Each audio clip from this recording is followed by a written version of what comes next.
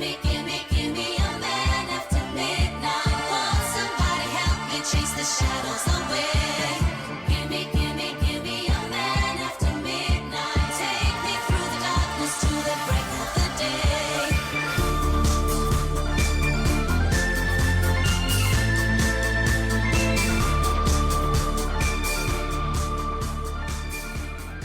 This is episode 129 of Cowboy Shit with Ted and Wacey. I'm Ted. He's Wacey. Correct. Welcome. And this is Brinson. And this is our friend Brinson. Brinson James, the entertainer. Welcome to the Cowboy Shit podcast. How's it feel to be back for the fifth time, probably? Yeah, you've been a guest on the show a lot of times. You're a I like favorite. it. I like it. No, it's I listen to it. I'm on it. I'm in the household. It's You're basically part of the family. yeah. I rep the brand. Brinson even has his own bed here, his own room here. This is Brinson. I keep my own pillow. I keep my own pillow in the closet. Yeah. Yeah, And you can't cross the border with that stuff, man. You got to stash it. definitely. Gotta have your safe house. Your Stash halfway. Your house. halfway house. Is Yeah.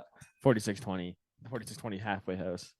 So It's been a place for many a weary cowboy to lay their heads. The old 4620 HQ. oh boy. So here we are. So what's up? Here we I are. was thinking we about came back another Sunday in Saskatoon and we got fucked up by the Oh, short this would twig. be like a year ago. So you Yeah, guys this getting is last exact- time. yeah. Last time We did it in the truck. the Long Branch. It's when I almost got Short twig. it's almost when I got a DUI last year. Yeah, In Wacey Hannah. went through a stop sign.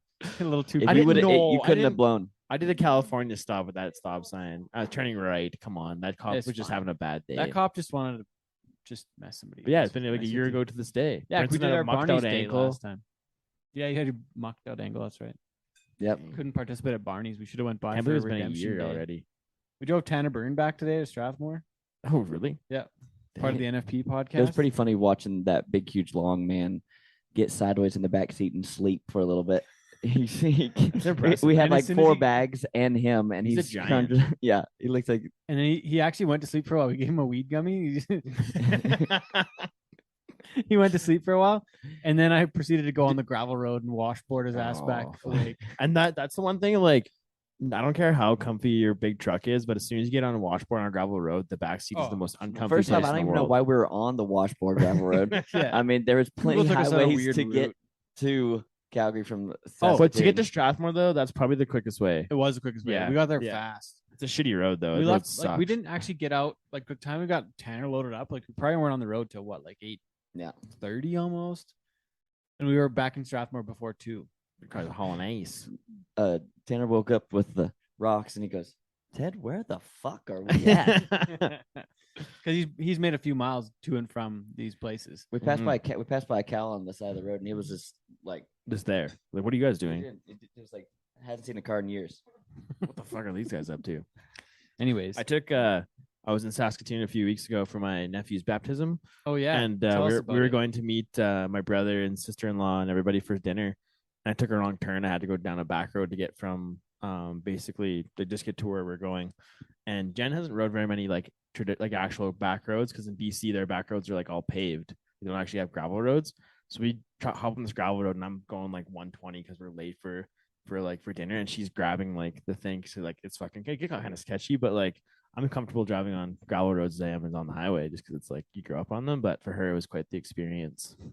It's kind of funny, sketchy people on the back It was, roads. was sketching me out today. He was Teddy was giving him the Well, it's the same way in Florida giving him though. the- giving him the Like gas, but he was fishtailing a little bit to the Not sides. much. It was much. for you, I'm it's glad not that we much. had our containers strapped down in the back, and he was clowning them on Imagine me. losing one of those on the gravel road. Jesus Christ. Yeah, he Who said, rode- "No, we don't need to strap them down. We don't need to strap them down." I said, "Yeah, You we probably should have strapped them down. We Good. did. We did. I didn't think we needed to, but we did. But anyways, we got a really big show. Really big show. Barrel Racer show. Before Before we move any further, we got to say thanks to our friends at Sweet Pro Canada. Yeah. Sweet Pro is a premium supplement that can be used for cows, for horses, for sheep, for goats, pretty much any type of animal you have on your farm. Pretty much Really? any kind of animal Brinson has on his farm can do with Sweet Pro. And as we've said before many a times, Sweet Pro is a good way to save some money on your forage needs. You can save about 25%, and it's just an overall good way to improve your herd health. So we've talked to many of folks. They like using the product. we don't have horses. We just have wieners in this family, so we can't really use it for them. But Yeah. we know it's a good product, so check them out at your local feed store. And if it's not there, reach out and be like, "Yo, we need some Sweet Pro in our feed store." So And we're also brought to you by the 49th or 48, 48th? CFR 40. Come 48th on. edition of the Canadian Finals Rodeo. Red Deer, Alberta, November 2nd to 6th. PV March Centrium. Come check us out. Check out the show. Tickets at ticketsalberta.ca. Mhm. Still some left. If you want to go Saturday, though, you better have already bought them. You Otherwise, better go, you're and gonna it's be filling just very disappointed. fast. So, And on top of that, we got a bunch of shit going on. Like yeah. Cowboy Shit is going to be at the Cowboy Shit CFR Live in a 3:30 big way. daily in the trade show. I'm going to be doing the buckle presentations as well with everything Cowboys. Darby Crouch, part of the crew there. We have cutouts of us, Yeah, I heard about that. full size. Yeah, that'd be What a world, exciting. man. It's just us and the Canadian champs. Just we were just hanging out. What? And the watch The party. watch party, man. Yeah, Watch That's the gonna be really rodeo. cool. You have to be in Red Deer to watch the rodeo, though. But it is not a. It's not a watch party where you watch the rodeo live from your Wherever you home. are. You got to come to Red Deer to watch it. I saw somebody shared something. There's beer. It's a good place to hang out. It's a good way to Yeah. kind of get the night started if you want to like have some beers for the cabaret and like get there Yeah. and all kind of thing. We're gonna probably do some ticket giveaways while we're hanging Yeah. out. Like or if you're like my dad and you don't want to watch the rodeo because it's too loud in there, you can just come and drink and have a nice chair and There you stretch go. out. And there's no lines for the washroom. You can just go hang out. and watch the honestly, rodeo. we did in the that house. last year. Remember, like this was the last perf or second last perf when we Quite a went to few the perfs. cabaret area and we just sat on Watched the there. and watched there because you Yeah. can hear it. The sound's really good. There's nice We tables. can sit down, Yeah, have a nice have place some to sit. spicy rums while you're watching. Yep. If you're not going to the rodeo, the watch party's where you want to be. Yeah, come see us. Come hang out. So, gonna be a great week at CFR. What else? What else we got to recap from the weekend? Saskatoon was great. Saskatoon was What cool. else? We're gonna go talk about the second half. We'll do it on the bottom.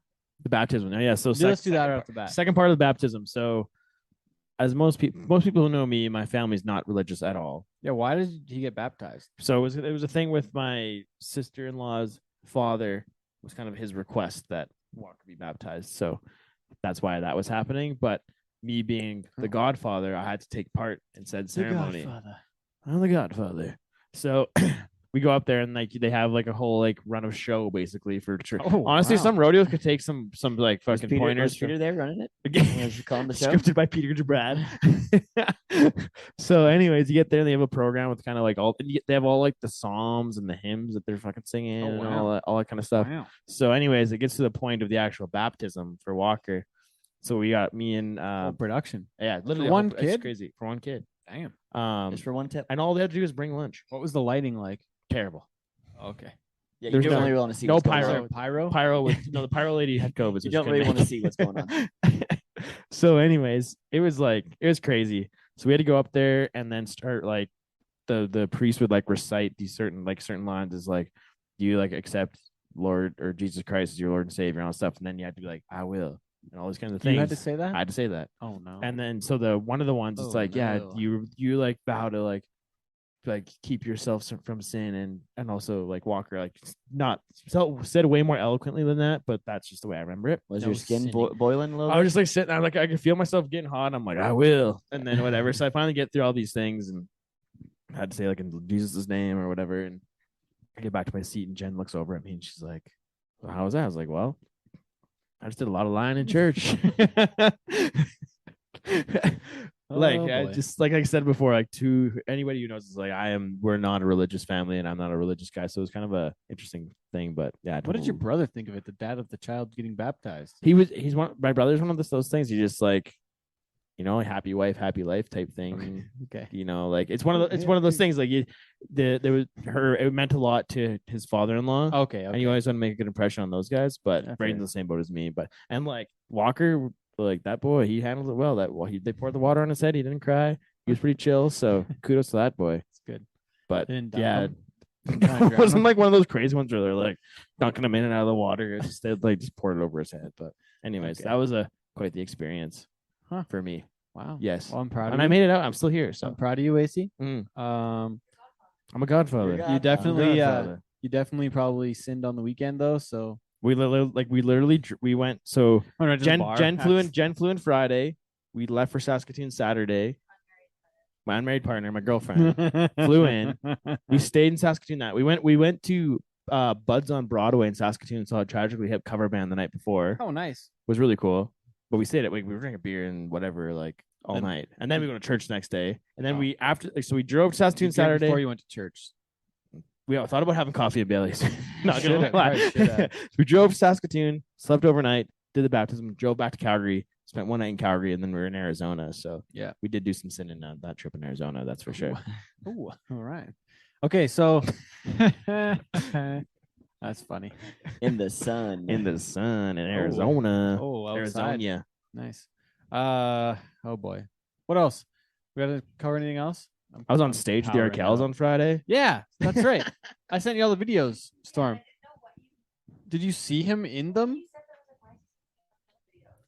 Did you not watch them? It was me. Oh yeah. gosh. I was sending them as you were sending them to us. And Oh, then really? a friend of mine tipped me off to it. Actually, Ashley Nelson. We met her first working the CFR a couple years ago. And she is like, hey, was Wacey at the Arkells concert? And I'm like, yeah, I'm pretty sure like they're in Edmonton or Calgary. Like what? Like I didn't know what day it was or whatever. And I was like, yeah, probably. And she was like, I think he was just on stage or something. And I was like, what are you talking about? Then she sent me this video on the thing, and I was like, oh, that looks like Wacey. I was like, would you send me that on Facebook Messenger? Because the text Yeah, doesn't yeah. really come across good. And she sent it to me. I was like, holy fuck, Wacey's on stage with the fucking band. And this was during when the show was on. Like when Second song of the night. yeah, it was like right in the middle of the show. And I was like, holy shit, right on. Mhm. So then there's a bunch of cool shit going on. I was sending it to you to post it or something, like because I thought it'd be good for a story for Cowboy Shit, but like whatever. Either Anyways, way. we got lots of videos. We got lots of videos now, so we can do that at some point. Core Yeah, you're on the memory. stage. So did you feel like a real rock star at that moment? I kind of was like, holy shit, this is actually happening. Because the one thing after the show, we were like walking to the bar to go have some beers after, and a lot of people saw us because we still had our payphone costumes on, and Yeah. they like stopped us like, hey, you're the payphone guys. Like, yeah, we're like, yeah, party. And then they like come up to us like, hey, Yeah, we gotta party. ask, like, was it staged? Because like the way it looked, like people thought it was a stage It thing. looked a Like, little they planted us staged. in the crowd, but that was completely organic, like 100%. Yeah, but they could have made it look a little less awkward, partially with the way they did it, probably. Man, I don't know how many rock Probably shows. didn't know that they were going to do it. That Yeah, is- it was organic. But you guys came up from the back of the stage, like if you guys were like in the crowd, maybe if they bring We you jumped up over that the way. fence to get onto. That was our only way to get on the stage. Oh, Like, we were really? like we were Oh, those front only row of the stairs. concert. Yeah, Oh, how Like, did it you was- get front with tickets? we had just GA like there's Oh, floor gee. seats. Oh, okay. Yeah, How early Wow. did you to get there? we were there for the opener. Oh, okay, so they would have saw you, and Well, they saw us, brought like, you out. So the way it went down. Yeah. tell So we're us. there. Can you start from the top? So I'm gonna go back. Actually got to flash way back. Flashback. So earlier this year, Colton and I met I the love of my life. wearing in that Kelowna, payphone wearing costume. that payphone Yeah. costume. So I've had a lot of core memories in that fucking costume. But anyway, so we saw You'll the wear it when you get married. maybe. Can I wear it while you get married? Yeah, you can be the minister at the wedding, and you got to wear the payphone costume. You gotta take the phone Yeah. for your Do vows. you say I do? So, anyways, we saw the Arkells at that music festival earlier this year, and I bought a payphone Kelowna. in Kelowna, yeah, at Big White. I bought a payphone costume to wear at the show because the Arkells have a song called Leather Jacket, and they reference a payphone in it. It's like whatever, just kind of Who funny the fuck thing. uses a payphone? Exactly. So it's super cool. So, anyways, yeah, as everybody knows, I met Jen there that day wearing said payphone costume. So I was like, well, now every Arkells show, I'm wearing a payphone costume. Like it's a thing Meant to be. meant to be. And the funny thing of this past show on Friday, it happened to be on Halloween weekend. So like I was talking to my buddy who I went with, and she's like, Colton oh, Dale. at Colton Dale, C-Note. He was like, I don't really know what to do. And I'm like, man, just get a payphone costume and we'll both wear them. I called him earlier It last worked week. once, it'll work It'll work again. again, man. Like, maybe it'll work for you. Maybe you'll find the love of your life wearing a payphone costume. So whatever, he shows up and he ended up getting one, and we go to the show, and we're sitting in the front row, and the Arkells come on, and they kind of get to their spots on the stage, and the first person who noticed was the bass player. Like he saw us in the front row, and he like kind of gave us a nod, and we're like, yeah, buddy. And then all of a sudden, the lead singer, Max is his name. He comes over to our side of the stage too, and he's like singing, and he sees us, and he like points at us, and is like they kind of like acknowledge that our presence. And then he starts playing. They start playing Leather Jacket for their second song, and we're like, everybody's like, "Oh my god, that's you guys!" Like, they figured out our costume, and we're like partying and having fun. And there's a part in the song, kind of like a third of the way or 2/3 of the way through, where that slows down.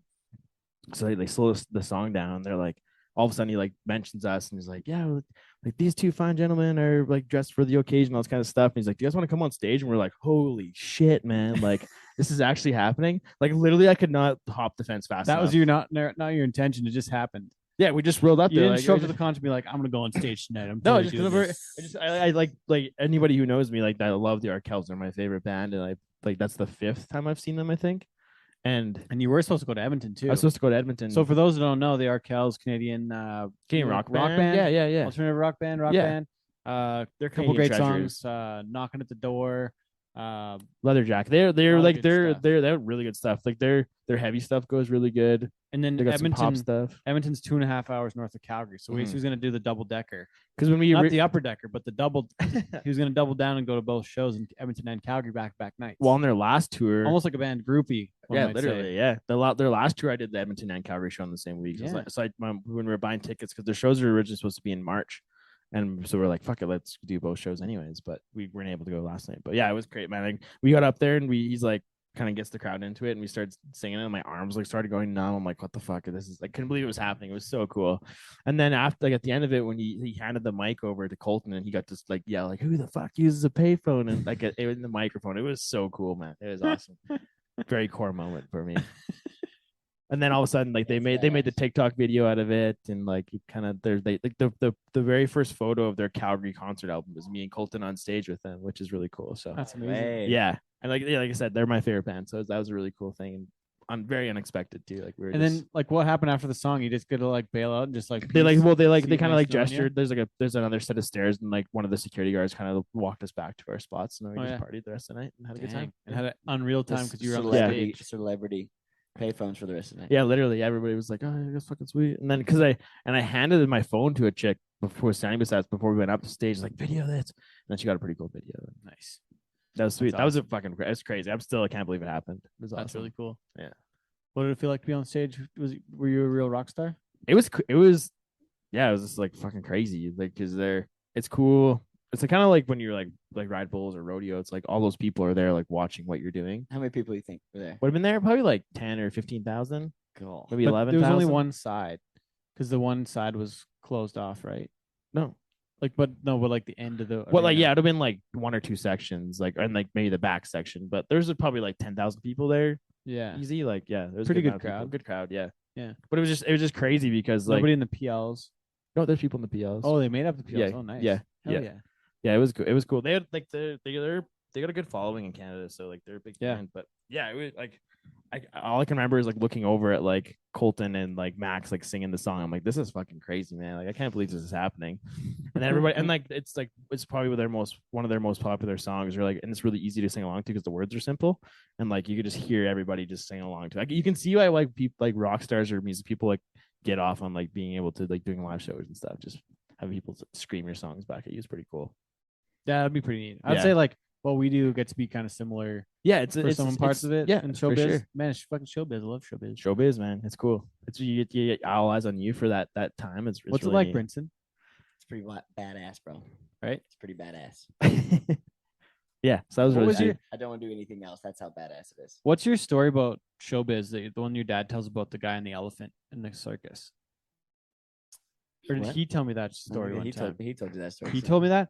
So there's this guy that I don't know if he complained about his job or what it was, but he's like, so he's the guy that shovels the elephant shit in the circus, and he travels around all the towns, and he's in the circus, and he's cleaning up after the elephant everywhere he goes and cleaning up, and he's like, I don't know. The guys are like, oh, like you really like do you like this job? And he's like, and it's a pretty shitty job. He's like, yeah, but I'm not going to give up showbiz, man. Like he just loves show business Yeah, so he just bad. loves that he doing it. fucking shovels elephant shit in the circus. But he's like, Just wants to be showbiz. part of I it. fucking love show It's business, all man. about the showbiz. Yeah.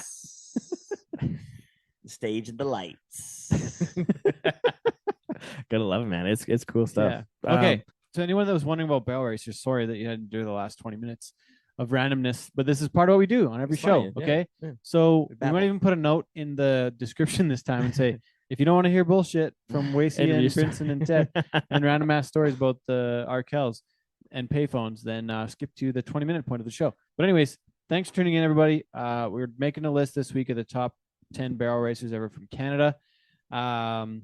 Thanks to our sponsors, Sweet Pro Yeah, and the Canadian Canada Finals and the Rodeo. Canadian Finals Rodeo. Have a couple other sponsors that are coming on soon as well. I'll tell you Stay about tuned. them soon when we have everything finished up. But yeah, stay tuned. We'll be back with our list after this. You call me up from a payphone. I said, hang tight, I can drive you home.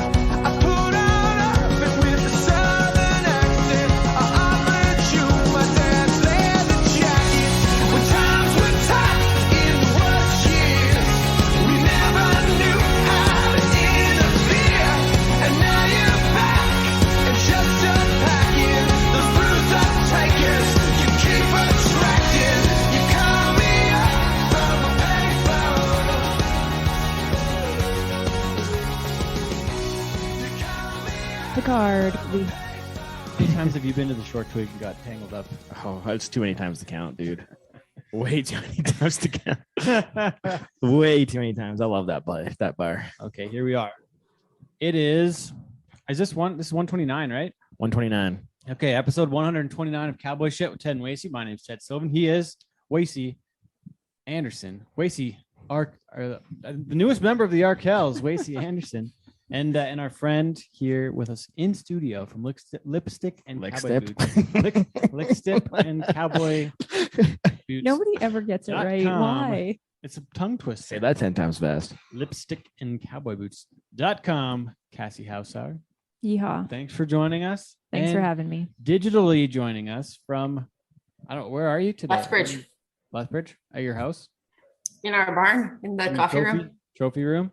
Just All the pictures coffee in the room. background? Coffee room.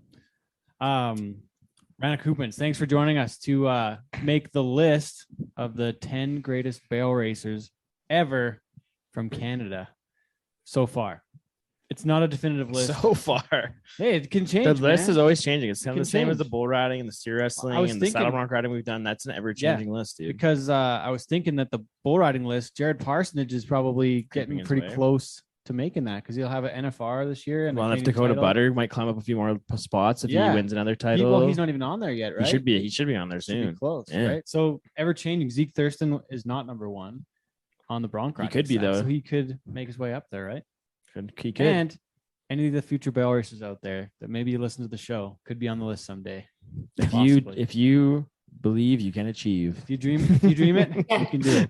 Suzanne is 71. Suzanne Napoli is still winning CPRA rodeos at 71.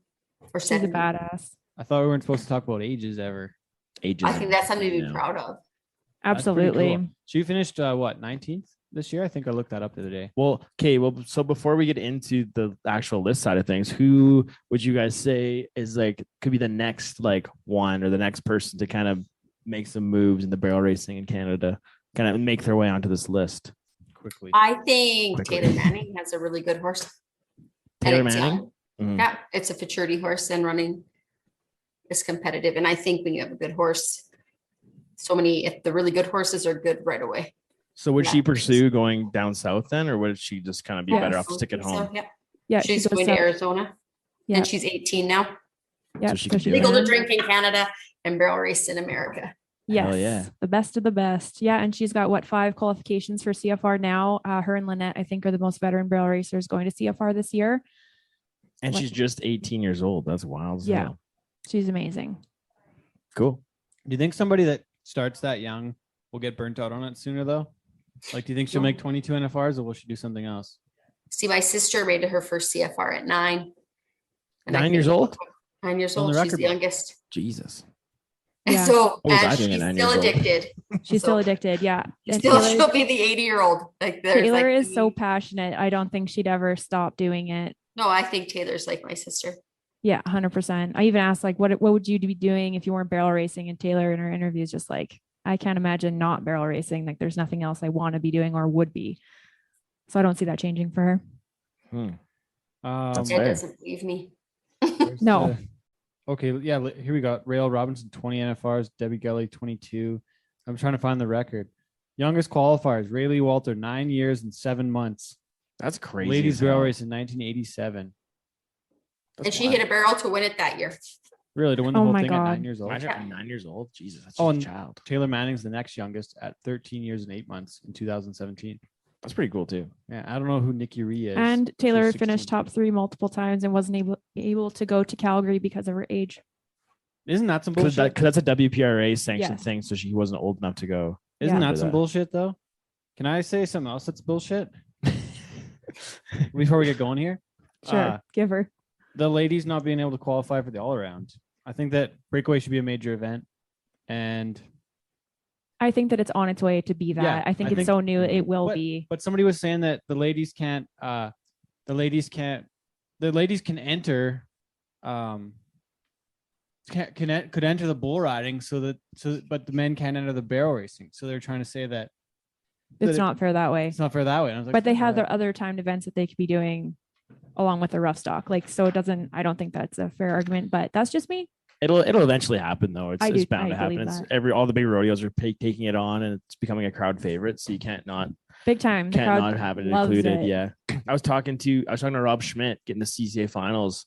Kind of Cole's notes, and he said that breakaway roping was one of the best events of the whole. Really? There was every day that you had to be under 3 to place. When it goes good, it's When really it goes good, when it goes good, it's real good. So I don't know. Should I do this right now?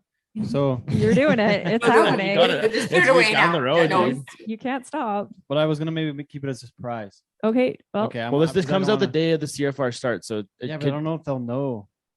They might not even hear about it. Anyways, okay. So I thought it was BS. The ladies couldn't qualify. so don't tell the story. We were in Grand Prairie. We got a call from Lakota Bird. Yeah, Start there. yeah. I don't really remember that part. Well, because she asked you if you could Oh. help her line up some spurs or some type of Yeah. prize because Brady Whiteside actually would have won the all around in Canada this year with the amount of money that she's won In both in events. both events. But since it doesn't count, she doesn't get anything. So the breakaway girls have made enough money that they have raised on their own to pay for a prize for the all around for her They to be wanted all to- around champ. They wanted to do that, and I was like, no, you're not buying it. I'm gonna sponsor it because I didn't do anything else for the other stuff. And then you suggested getting a buckle Yeah, rather than Ted. getting like Yeah. spurs yeah, or Yeah, like Ted. you whatever. didn't do anything I didn't else, did you? I Hey? didn't do the other ones because I was a little bit mixed up. And then so I was like, here's what I'm gonna do. I'm gonna get a buckle made. So got the ladies. There we go. Canadian Pro It's Rodeo awesome. Ladies all Oh, around it's really champion. awesome. Space for a name. So whoever wins it this week. I think Brady's in the lead.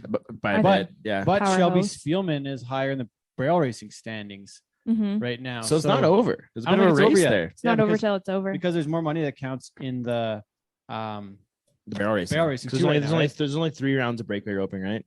No, I feel like they're in there the whole time No, this they're year. not. I don't know that. No, I got roasted on social media for Oh, posting okay then. Well, that was last year. They only did did half just the three. nights. I I thought think that it was the 6 big or thing for Novice this year was there's three. 12 people now. They have except 6 was the big thing for this year. Because I initially thought they're going to be for every perf, but I posted that on the CFR social media and got dunked got on. dunked on. So by who? by the people people, of Official social people? the media. people like Denny Phipps. Denny okay. Phipp. Did he call you on No, it? he just like messaged me. Denny, I heard another story. So while we're at it, while we're on the CFR, So yeah, technically the CFR starts today, the day the show comes out. So Correct, that's yeah. exciting Happy stuff. CFR, yeah, everybody. CFR. So let's get into that first. We're talking about the best Canadian barrel racers ever from Canada, and Canadian Finals Rodeo starts again. It starts tonight, November 2nd to 6th in Red Mhm. Deer. If you haven't planned on coming yet, make sure to get yourself down the road to Red Deer and the PV. There's lots of stuff going on. Yeah, gonna be a great week. I'll commend the crew at the CFR this year. They've done a really good put in a really good effort to give people stuff to do every day Mhm. rather than just have like a trade show and a rodeo. There's we have our live show there. There's live Yeah. performances. There's tailgate parties. There's watch parties. There's showcases, dummy roping, all different kinds of things. So CFR in Red Deer is going to be the place to be next be a great week. this week. This So- week it's going to be awesome. And what predictions do we have in the different events? What are we starting with? Who why don't we say ladies first? Rana, who do you like in the barrels and the breakaway this year? I'm gonna go. I like Taylor Llewellyn in the breakaway roping, Okay. but I actually like lots of the breakaway ropers. The breakaway Well, ropers just because are you awesome. like them doesn't mean you don't have to pick No, them. they're fantastic. No, but I like watching them. They're kind of like I'm like, oh, they're way cooler than barrel racers.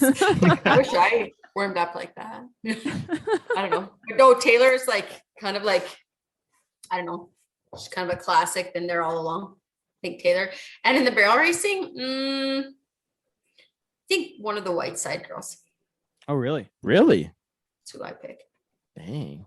Like, are we? I mean, picking there's to lots of win it talented. all, That's just or- who I think will. Yeah, who we like. Who are your who are your ones to watch? We could say even. Yeah. Oh my God, all Probably of them. Bailey Well, we can Shout. make some picks and see who. Bailey we is think. definitely going to do well, and she's got quite a lead on everyone. But also, Shelby Spielman's right behind her. Has Bailey's horse ran in a pen like this? in Yes, she CFR? did well. I think it's some indoors in the States She in barrel the races winter. and she goes to barrel And she's races, got but- quite the string of horses. She's not just like a one horse show. Not just a one-trick pony. Yeah. But now has she drove up in snow? Has she No. Has she compete? Has Are she- horses has going to her be used to horses being seen- cold have because they they're been not? around? No, we Are don't the No, barns right. heated?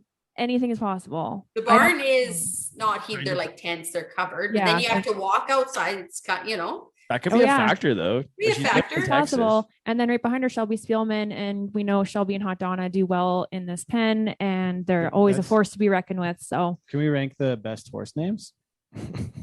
Hot You Donna like wins. Hot Donna. Well, that's kind of a I love given. Hot Donna, and she's beautiful and she's amazing, fantastic athlete. But then also Taylor and Bling, they have been Oof. fantastic this year as well. Oh dear. I'm not even gonna get into the barrel racing or breakaway because you guys did such a wonderful job and I don't know anything about. Well, them. so and then are Well, there it's tough. like And then- are there any tight races too to watch out for that we should be looking at if you're coming to CFR and you're not all really of in them? the loop? Wacey, all of them because there's so much money to win at the CFR. Well, I it's know, not but, like, over at we're- all. Well, we can get into it though. We don't have to just say all of them. Yeah, that's true. That's true. Um, Honestly, the one with the biggest gap is the bull riding. Jared Parsonage has about a $13,000 lead over Lonnie West. In the bull riding side, that's the biggest gap. It's 13,000, which is basically one round. Is it not? Mhm, Like, mhm. isn't it like 11 or so for one So, round? yeah. So everything else is within a round. The bronc riding's within $300. Bareback riding is $9,000. Steer wrestling, no, that's tie downs, $3,000. Tie down 6. What do we got here? Barrel racing is Bailey Shote leads with 48.9. Second is Shelby with 33.9. So that's 15. I think breakaway is really close between Kendall and Taylor 15. Oh, I did my with like math wrong. $1,500. I think Barrel between racing's them the and the barrel first. racing is like 15,000, 15, 16. Interesting. Dang. So I'm not sure what the rounds are paying, and I don't know what they're paying in the breakaway. Wait, so do you know these things? No. You don't know these things? Rana, do you? Don't Do have you the know? info Team yet. roping's $11,000 difference. So Well, I know who I'll pick in the steer wrestling. Scott Gunther. Yeah, Oh, you yeah. can't. Yeah, he's tough guy to Unbeaten. He's beat. the best. He's so Yeah, good. Yeah, he's unreal. going, yeah. And good dude. could make the NFR if he wanted to, but rather stay home. Which Rather is one of stay- the rather stay home. which is one of the things that separates people on these lists that we've done in the last few years is that it's not easy to go and beat the best in the world. It's that takes a lot to go down, and it takes a lot of commitment, a lot of time, a lot of effort to go and take the time and do that. So that has to be rewarded. Well, and you can make a one of good the living in parts of it. Canada now too. Yeah, You for- know, in like some of look it, at for like sure. Jared for example won $50,000 just rodeoing Yeah, in Canada, which is 56 pretty grand. which is pretty And cool. got him most of the way Yeah. to the NFR. Well, and then Well, and on the at least barrel halfway. racing side of things, you factor in the futurities and all the big money stuff that's going on outside of rodeo. Yeah, but let's also races. factor in fuel and vets and For sure. all the other things like Yeah.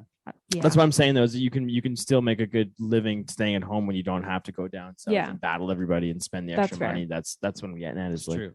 Your cost per event, like you can still have a full-time job and make a decent side bit of money in rodeo, or you can make it in that, like a little bit that Break way. even. yeah, Yeah. break Yeah. even is what you Right? need to Let's say. be honest. break even. Yes.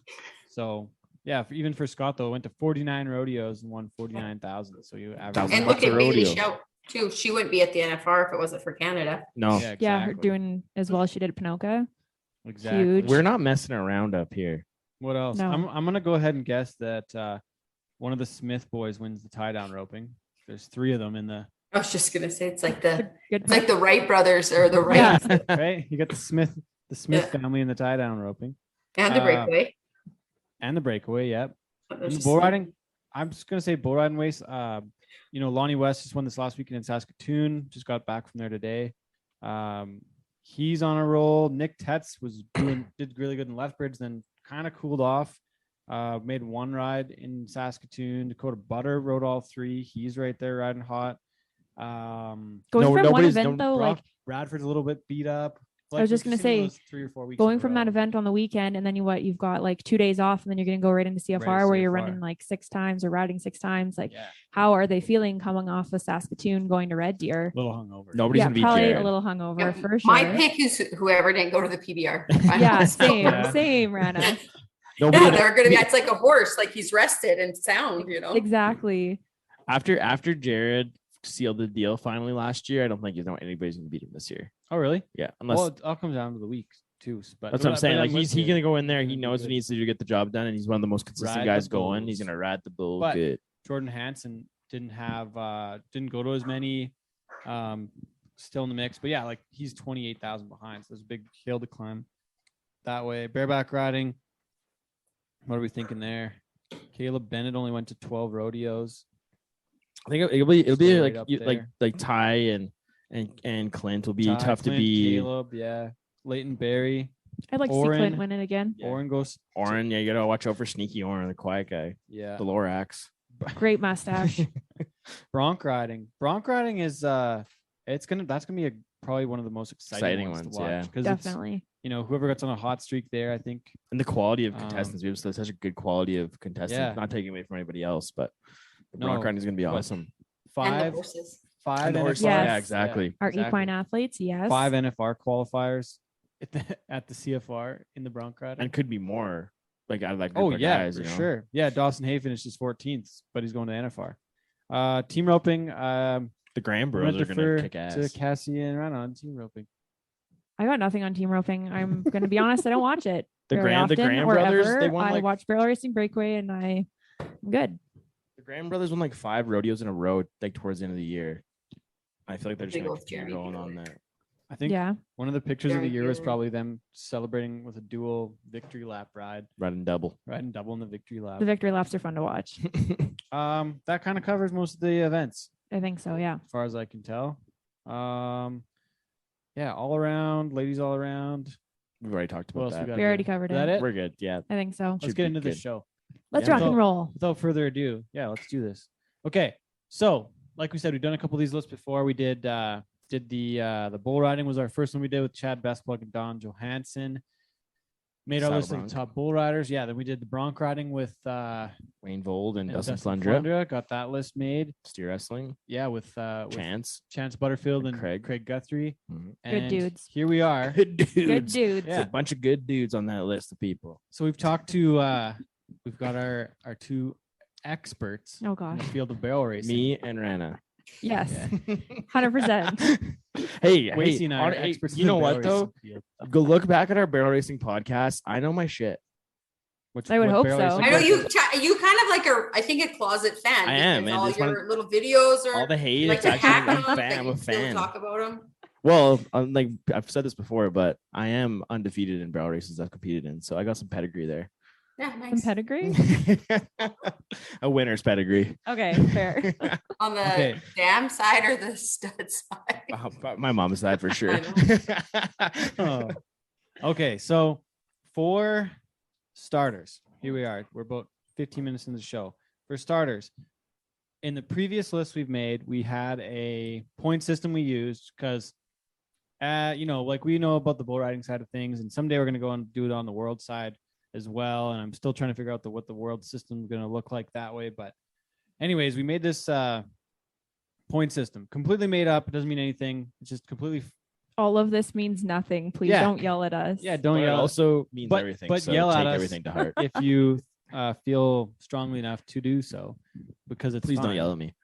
Yeah, don't yell at Wacey. He might be sad. Don't take it well. I also I'll just cry, want to so preface don't it yell with at me. like the list that we have was a list. I had made a Facebook status on lipstick and cow boots in 2019. And I just asked people, who do you think that the best barrel racer in the world from Canada would be? Kind of was There's a probably huge after we did our list. bull riding list. Yes, it was. Yeah. And I adopted the point system that you guys use. When I said like, okay, what about this person? What about this person? A lot of people got weird about it. And so I stopped and I never went any further with it. But so yeah, nobody get mad. Cassie doesn't want to It's offend based anyone. on points. I don't want to offend anybody. So if you choose to be offended, that's your fault. Yeah. Don't be Well, offended. we should Don't give be a people jerk either. before we get into it. We should give people a breakdown of how the points are allocated. That was what I was getting to. Oh, sorry. nice. Sorry for I was interrupting. getting to that. That's okay. So our top of the points list is world title is 100 points. So by giving it 100 points, it was an easy number to count. We're not very good at math. So And we only know basic Excel functions. yeah. So we started with 100 points for a world title, and it's kind of like a mix of a few things, like kind of adding it up, right? So I had to kind of think like, is 5 NFRs kind of almost like a world title? Like it kind of, that's probably almost light. So I kind of comparatively put them together that way, but nobody argued with me when Rod Hay was like second on the list, but he was like one of the world only champion. Yeah, he was one of the only guys that wasn't a world champion, where I think the same could be said for other, like I can go look at some more lists here in media guides, but there's a lot of folks that were there a long time. Actually, Ted Noose, I think, was another one in the bull riding, just from what's in my head, but like I think he made the NFR like 18 times, but never won the world, I don't think. So that still has to be worth something. So technically, getting further into the list, world titles 100 points, NFR average titles and PRCA season leader, when we can find them, we had it at 40 points. Previously I had that at 50. I don't know if that's changed on your end or my end or where we're at, but it's close enough. NFR qualifications, I got it at 20. Canadian titles at 10 points. Then Cassie, you have CFR season leader at 5, but I don't know how to find that stat very well. So that one, it's tricky. We might not utilize that a ton. We're going to change the list and we'll put it out officially later on. But then we have CFR qualifications is 2. It's kind of essentially a tiebreaker in the end, in my opinion, on how things kind of get rated that way. And then the other side of it is that there were no CFR qualifications in the barrel racing before 1974. There was no Canadian Finals before that. So that's why I didn't use them previously. But it does kind of help separate a little bit on the tiebreaker side. So we'll get to that a little bit later on. But so that's the points breakdown. World title, 100 points. NFR average or PRCA season leaders, 40 points. NFR qualification, 20 points. Canadian title, 10 points. And our tiebreaker, essentially CFR qualification, is 2 points per. So where are we starting? Bottom up. Did we figure out our stats on Jill Barron, our Jill best plug / Barron? Well, No, I talked to her mom, and she can't really remember how many season leaders, but she had 1 Canadian title. Yeah, so that's not quite going to make the list then, because right now our barrier to entry on the list is about 34. So that's, And then, but she has 5 CFR qualifications. So that bumps her to 10 from that. Yeah, but it's only 20. Our barrier is at 34. Like 10th place is Okay. 34 points. So yeah, this is what I got, right? Tie for 9th. We've got Raylee Walters and Isabelle Miller, both with 34 points. So we've got 12 CFRs for Raylee Walters. Okay. She also went to the Olympics. Raylee did. Yeah, we had that too. Like That's a bonus tiebreaker. She's 9th. So that's going to be Yeah, there you Isabelle go. Miller. Is going to be Isabelle Miller's our number 10 with 34 points. So we got, like I said, seven CFRs for her for 14 points, 2 Canadian titles, and 14 and 10 and 20 is 34 points. Then we got Raylee with 24 points for the CFR and 10 for Canadian title, puts her at 34 as well, plus the Olympic tiebreaker. Yeah, so let's go to 35. She went to the Olympics. Yeah. That's cool. So yeah, 35 a bonus point. Yeah, that's badass. So that's how, what it how is. old was she when That she went gives to us the 10th and Olympics? 9th. I'm curious. What do you mean? 9. She was 9? 9. That was an It was in 88. Wow. Calgary. Wait, so could she have gone to the 02 Olympics as well? She could have, but she didn't. She could have. She did better. Just joking. Who went in 02? It was Jill Bishop, Jill, Carol Wilson, Deb. Okay, so we're gonna have to star those. So Carol and Deb with the Olympics. We might need those points for later. Maybe. There Spoiler is another alert. tie up top. Yeah, but that one I already got because Jerry Deuce has no CFRs further up there. You got to note down for no CFR points. Yeah, but the CFR quals, it was weird because when I talked to her in 2019. Yeah. Yeah. But still, it's an easy tiebreaker because they're both the same. Yeah. So fair, we'll get to that fair, later on. Fine. Okay. So- Sorry. So that brings us to number 8 on our list with 46 points. We got Carol Wilson, and this was Carol Barr previously, correct? Yes. So Carol, we got 3 CFRs for 6 points, 2 Canadian titles for 20 points, and then an NFR qualification for 20. So that puts her at 46, number 8 on the list. So, but before we get going too far, though, we were talking before. I don't know if this was before or if it was during or whatever, but But Raylee made the CFR at 9 years old. That's still in the record books. I have a picture of that record in my head, so I had to go look back at it. It's such a mind blowing fact to me because I think back to what I was doing at 9 years old, and the last thing on my mind was making a CFR that year. Yeah, definitely. I didn't even start riding. Well, till like what would it take at that 11. age to like be able to do that? Like obviously having a good horse and stuff, but You have to have your parents who are like that are- rodeo. That are involved and supportive. they're They want rodeo- to they're see you probably, do it. They're probably rodeo pushers, and they forced her into it. Oh my god. They're those parents. or no? Rana's face. Yeah, right they're now. the Pardon farthest. me? No, the farthest. Really, just lost it.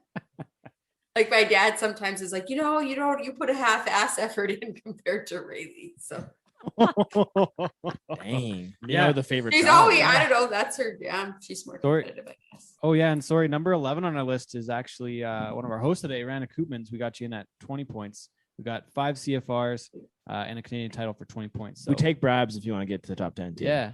Thank you. I mean, my rubber arm is very easily twisted. Perfect. But I want to talk about some of the careers though. Like tell Isabelle Miller. So 'cause No, I was Isabelle, gonna I ask think, you some- see, because people get there probably will listen to this and they'll be like, that person's not the best. This person did because they contributed to rodeo, right? yeah. And Yeah. Isabelle, she also did well herself, but contributed in the futurity world. And people went on like Charlotte Schmidt. She trained a horse. Charlotte Berry went to the NFR on it. Isabelle did. And other people had horses from her with a lot of success. So then but you have to put it down in a measurable way, right? To say, that Yes. this is how we measure it. Because people think with their heart instead of their head.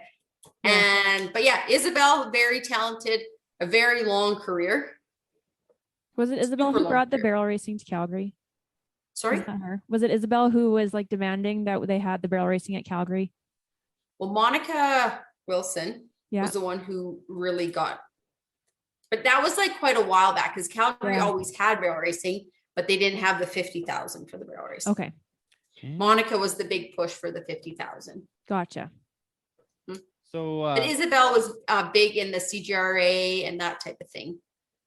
And that's Right. what the CPRA barrel racing evolved from the CGRA to the And- CPRA. and won Okay. her Canadian titles in 1960 and 1969.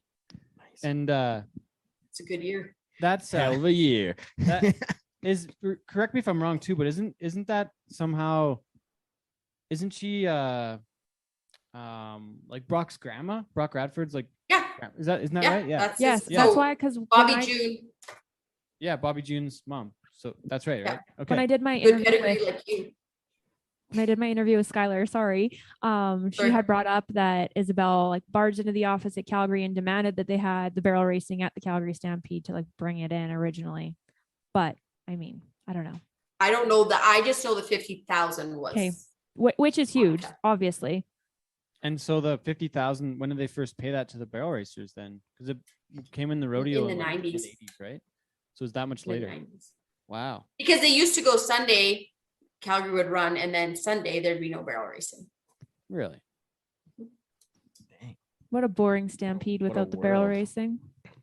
I do gotta say that a lot of the rodeos that I worked this year, they started the rodeo off with the barrel racing. I'm not a fan. I'm a big fan of it. I You're a love fan? it. I You love it. don't I like hate it, it. Ted? I Why don't love you it. like I'm a it? huge fan of Because I it. like the crescendo and the build of the event from like bareback riding is usually like a good fast. There's only like 3 guys usually. well, sometimes, but anyways, like starting it with it builds and builds and builds in the last few events, like the barrel racing into the bull riding is an easier transition, and it kind of like builds the energy because you get to play the pop, like good fun tunes there, especially if there's no clown, right? Like you can actually kind of build the Damn clowns. production side of things that way. I feel like, I mean, especially at the NFR, like it builds and builds and builds and gets more exciting. So I like it better that way. I like it. I just burn a like good rock. event off I to just like start. It's rocking like, it. I think it's Okay. awesome. Right I like it first because it's going to get people in the seats because barrel racing is fast, fun, pretty ladies on pretty horses, whatever you want to say.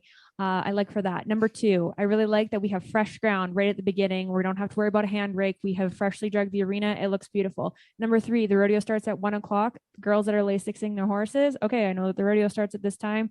I can prepare my horses accordingly versus like, okay, well, it starts at this time and barrel racing should be at this time. It might not work out. I don't know. I'm a big fan of it being in the beginning. It's a good warm up to get people like engaged with the show. Yeah. I've found Yeah. like Says you- it's like some of the best perfs that I worked this year had barrel racing at the start of it because it was like there were some really good runs. Got to play some sweet tunes, and It's I'm a big Okay. fan of it. Rana, I'm what do you here for- think? I'm here for it. Well, I'm kind of actually with Ted. Like, it's the best event. So then I don't really. I'm like, oh. whoa. So I know. So to keep me engaged, I need the barrel racing near the end. So I'm like, oh, like a Lethbridge. It's like, oh, sweet. Peace out. Keep you around. You're done now. You Yeah. can leave. Okay, Just so we've talked about tell us about Raylee's career a little bit more too. Like I don't know.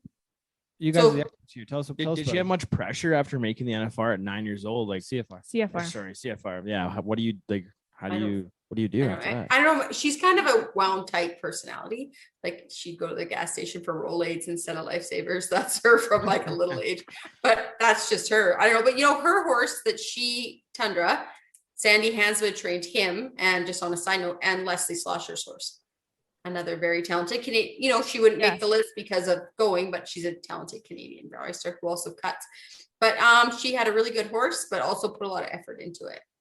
And like my parents, if my mom had a horse, she would give it to Raylee. Like some parents that I see, I'm like, oh, you have a good horse. Why aren't you letting your kid run it? I see that. And I'm like, oh, that's something I see and I appreciate from my parents. Right. So Yeah. she had good horses, and her and my dad loves barrel racing. They share that. And that was and my dad was supportive in the way he would find a horse any way he could. He would he sold his bulldogging team to pay for Tundra.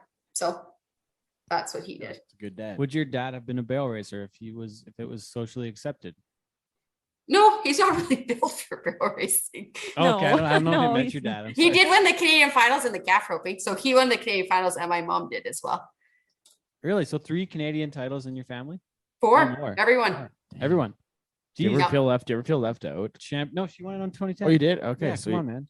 2010. Thanks, Canadian Wacey. champion. But no, Come so on, I think my man, parents, man. but my dad is very What the hell, supportive. dude? And my mom, but my dad loved, and he would do anything. Like if you say you can't do that, he'll figure out a way to do it. So Make it I'm sorry, I haven't happen. met your Yeah. dad. Now I feel bad. The reason I asked that question though is because my dad had this like Anderson family like championship thing made on it and had everybody, even my brother's name on it and not mine. It was like my really? saddle's literally in the living room, dude. Like, so I feel left out. So I was gonna like, oh yeah, He was trying to get some sympathy. yeah. It was. sympathy there, and it It's- did I not need work. it. I need it. Didn't work. Didn't Sorry. work at it all. works. Sorry, no. How's But yeah, our- so that was how's our light? her career. Oh boy. Biggest wins in her career. Would it be Canadian title or would it be what else might it be? What might it be? I'd say be that. Pardon? Definitely. I'd say the Canadian title. Yeah. Yeah. Okay. Okay. That's gonna take us to number 8 on the list. Okay, here we are. So we got Carol Wilson, formerly Carol Barr. 3 CFRs for the tiebreaker points, 20 points in Canadian titles, 2 Canadian titles back to back as well in 2001 and 2002, and then 1 NFR qualification. I don't know the year. I'm gonna have to go back do some double checking, but 46 points puts her in the number 8 spot. Tell us about Carol Wilson. She had a really good horse, Mr. T, and it came from a lady in Montana. She kind of I remember back in the day, she had to almost be like, please just take the horse and run it. And then it worked out for her really well, obviously. But yeah, anyways, that was her. And she had other nice horses too, but Mr. T was just the one everyone waits for. So talking about like the one that you like to have, so that you have all the success on, how hard is it to find the next one after that?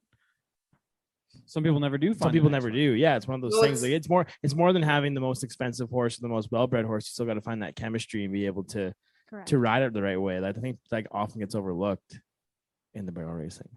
Spoken like a true barrel racer. Yeah, Thank you. like for Wacey. instance, Go no, ahead. Jolene Sites, for instance, right? Her horse, he was a half standard bred. Like he was not what you would, and she didn't make the list, but she's been very successful.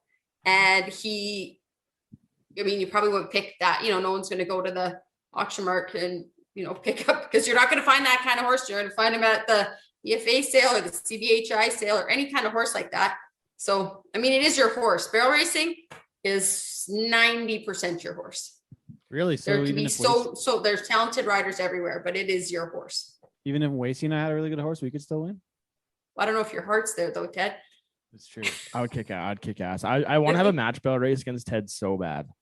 On whose horses? I'll take my sister's horse. I grew up in a house of barrel racers. I got all kinds of horses. Okay.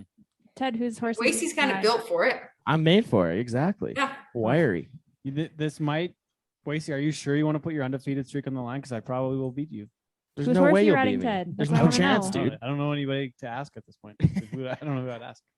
I don't have any. We can figure out out those details another time. But Okay. I think we need to make it happen at like one of these big barrel races and just That could be a pretty good promo piece, actually. Yeah. Could be pretty Honestly, entertaining. on the list side of things, though, when you want to consider things like it is the horse, so much of it is the horse.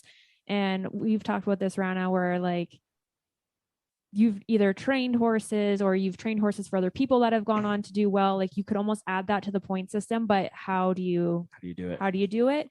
But I think that is an important piece to this list. So that's why when we say this isn't like a permanent list, this isn't a like, Yeah, it's a draft. yeah, it's a draft list. So And anybody once we put it listening, out, but It'll probably change because then there's like people on here with really great breeding programs that. that have gone on to do amazing things, but maybe they're not number one on the list. True. Number one in a lot of people's hearts, a lot of people's breeding, like there's just so much more to it. But again, how do you put a number to it and make it so that it makes sense in the list? So we realize that there are other parts of this. Once again, I just want to like So don't really hate drive us. this home. Don't hate us Don't hate for us. what You can we've though. quantified Yeah, We're not- this we don't on. really hate care us if you if you do. want to. It'll be fine. Well, Okay, I want to go back to Tundra though. So on Raylee's 12 CFRs, how many were on Tundra, or were they all on Tundra? Nope. She's made it on, and quite a few. She missed this decade though. She was really kicking herself, but no, she's made it on Tundra, and then she's had lots of horses actually. I can't actually remember them all. Oh, really? But so she's made She's it on from- like 3 or 4 different horses over 12 years. Yeah.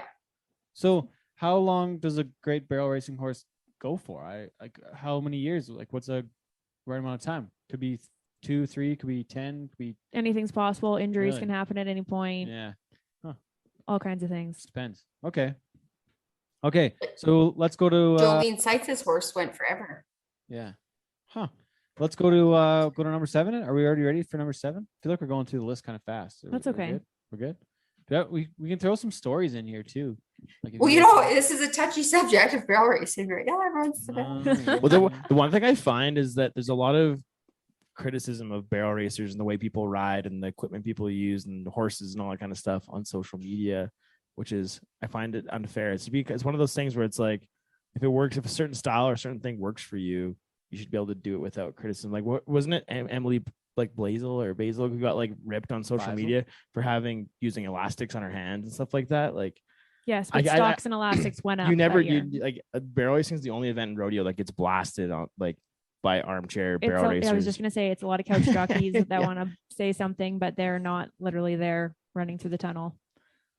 It's one of they those can say what things. they want. It's something different works for everybody.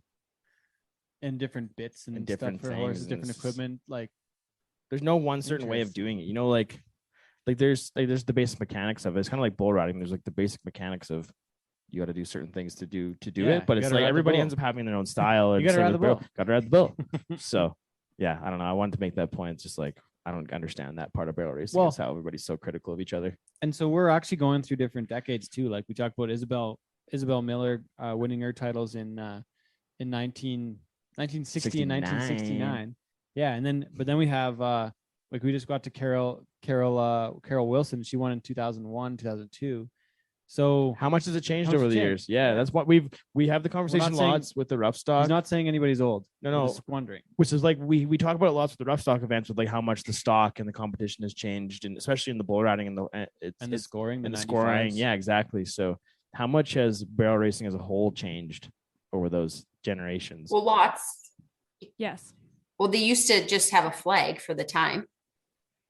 So it was just Technology. your flag. So I mean, that's changed a lot, I would say, as like the fairness, really. Dang, and the A flag timing. around the timer. Dang. So that was like that was going back to like when did they actually start? Like when did the Farm Tech timers, when did those start coming around? Farm Tech is newer, but they used to have like they were like these big. Wacey probably remembers these from his barrel racing days. So they're like those big, long Yeah, exactly. thing. Totally. But anyways, I don't know when Farm Tech came around, but timers were a big thing. That was a big That was a big thing for barrel racing. I would say, like, probably when Isabelle won her titles, it would have been a flag time. Flag and a stopwatch. Yeah. Wow. So that's total guesstimation essentially. Yeah. Huh. I mean, not taking anything away from it, but that I think has revolutionized barrel racing into, like Wacey said, the barrel racing, their caddy or whatever. But it doesn't really matter how you do it, how you look. It's the fastest person wins. So there's no right way to barrel race. That's true. Just the way I do it, because I always win. 1-0, Wacey Anderson. 2-0. 2-0. 2-0. So Get it right, please. So with the I just want to touch base here. No, there's even more than that that's changed over the years. I would have to say, I mean, obviously sometimes the ground isn't still perfect, whatever, some rodeos, but a lot of places. Not the ground. Yeah, we're going to talk about the ground. What did you expect? Okay, no, the ground has gotten better at a lot of places. A lot more committees are paying more attention to it. So that also plays into it. Veterinary care, those kinds of things have made great advancements over the years as well. More horses paying attention to or people paying attention to their horses bleeding, let's say, or the talk of kissing spine or whatever else is going on. They're like, pardon me, what is that? What is this? But so there's been advancements that way as well. And then like even the breeding, I don't want to say that it's gotten better, but I feel like people pay more attention to that. And it does help as much as you don't have to ride papers. Sometimes it helps to ride papers. That does help.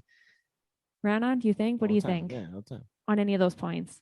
Oh, for sure. I think that there's more quality. There was maybe less. There was always been very good horses, but probably now there's more good horses. Yes. And I totally agree with you. I know my mom, there's pictures of her barrel racing. And you're like, oh, it's like at, in, what was it? Swan River is like, oh, there's grass in the arena still. Or like they just broke the ground out, and that is a big advancement, but still ground, they haven't really, I don't think it's been mastered yet. No, definitely not mastered. And equipment. It probably can't be perfect though, because the weather changes it. Like, I don't know how you make it perfect outside. I have a question for both of you on that. Am I wrong? Am I wrong with that though? How do you make perfect ground when it's outside? It won't be consistent, but you can make it so that it is safe at least. I mean, does that make sense? No. Okay, that's safe. fine. Yeah, safe is your best. Safe is all really anybody asks for. Yeah. A good example for that is Lethbridge this year, because the arena was fucked. Like, if they wouldn't work the ground and extend, like push back the slack the extra hour just to work it and get it to a safe spot, like that's an achievable thing. Like every place, everywhere, even though the weather may be a factor, like they could have just went on the road. Like they could have done every other event the way the arena was, but they like took the time to make sure it was done well. Okay. Yeah. So I get it. That's a good example. What does it take to be safe though? Enlighten me. What does it take to be safe? Rana, I'll let you take this one on being safe ground. Well, I ran at Lee Park one year and literally broke a horse's leg at the first barrel. And that's a terrible, there's a hard pan and it's terrible. So that's it. I mean, and then after that, the ground was quite good for a few years because the gentleman said, I'll not have bad ground again. But anyways, a hard pan, you don't want a hard pan. Basically, what is something for a horse to get into? Sorry? So it'd be kind of like a hard pan. Like it's hard. You're running in there. There's nothing for them to really get into and push off of. You're running on chuck cement. Wagon ground. Yes, it's chuck. And you know what? Yeah. Chuck wagon ground. That is I think in Canada, the hardest thing you have to overcome, because they always say that, barrel racers want deep ground, but they don't want deep ground. I think we can both. Strathmore this year, they put a ton of effort in, and they had good chuck wagon ground and they had good barrel racing ground. In Calgary, you can do both. But it's that hard. They like it fluffy on top and then hard on the bottom underneath. So and that's who should be responsible for the safety of the ground? Should it be the committees or should it be the sanctioning body of said rodeo? I would think. I mean, I bet the NHL, their ice. I mean, who takes care of their ice? Well, but I think it's individually taken care of by each team, but I think it's regulated by the league, or they have it. It's maintained, and like the standards are set by the league. So, and I bet there are league officials at every NHL game. I'm pretty sure. Yeah, there are. Yeah. So I would think that technically rodeo probably should have league officials at every event, but then how many would you have in the CPRA, and would they be at every rodeo every weekend throughout the year? Yeah, right. That's a big undertaking. That's probably necessary, but or maybe you need to set it up so that you just have like ground training for committees, but then Yeah, but they're each committee has volunteers. I know, right? So it just makes it tricky. How do you make that work? How do you make it a thing? I would love to see it be a thing, but how do you make it a thing? I know they have stuff at the CFR, like in the meetings and committee meetings, they have had people come and talk and that type of thing. And I know we helped out at Lethbridge, and I'll tell you that like the worst possible weather, we worked it. Keenan was there, and we had like the ground was beautiful, and then the rain, right? And it was safe, but you know what? They had an indoor rodeo in Tabor, and I think like 6 girls fell down, and no one fell at Lethbridge. It was actually safe at Lethbridge, and we had after the slack, the ground was like after you guys before the slack, like it was like there's no way there's a rodeo happening in this arena. Like it was flat. But now it was good. It was impressive. It was I thought, and that was it. Yeah.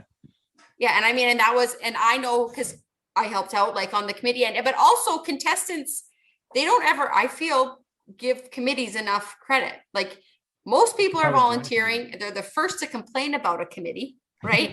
Yeah. Like that's who they, and I'm like, these people are just doing this out of the goodness of their heart, basically in Canada, because they love rodeo. Everywhere. Everywhere. Because you genuinely love rodeo. And then when somebody, it's maybe just a case of being like, hey, nicely approaching someone rather than complaining about it. And informing someone. It's maybe lack of information. Lack of knowledge. Some of the folks on the committees don't know. They need some help. Yeah, don't be a dick. Yeah. Number 1 rule, don't be a dick. Support your local. That's what I say. and don't be a dick. Yeah.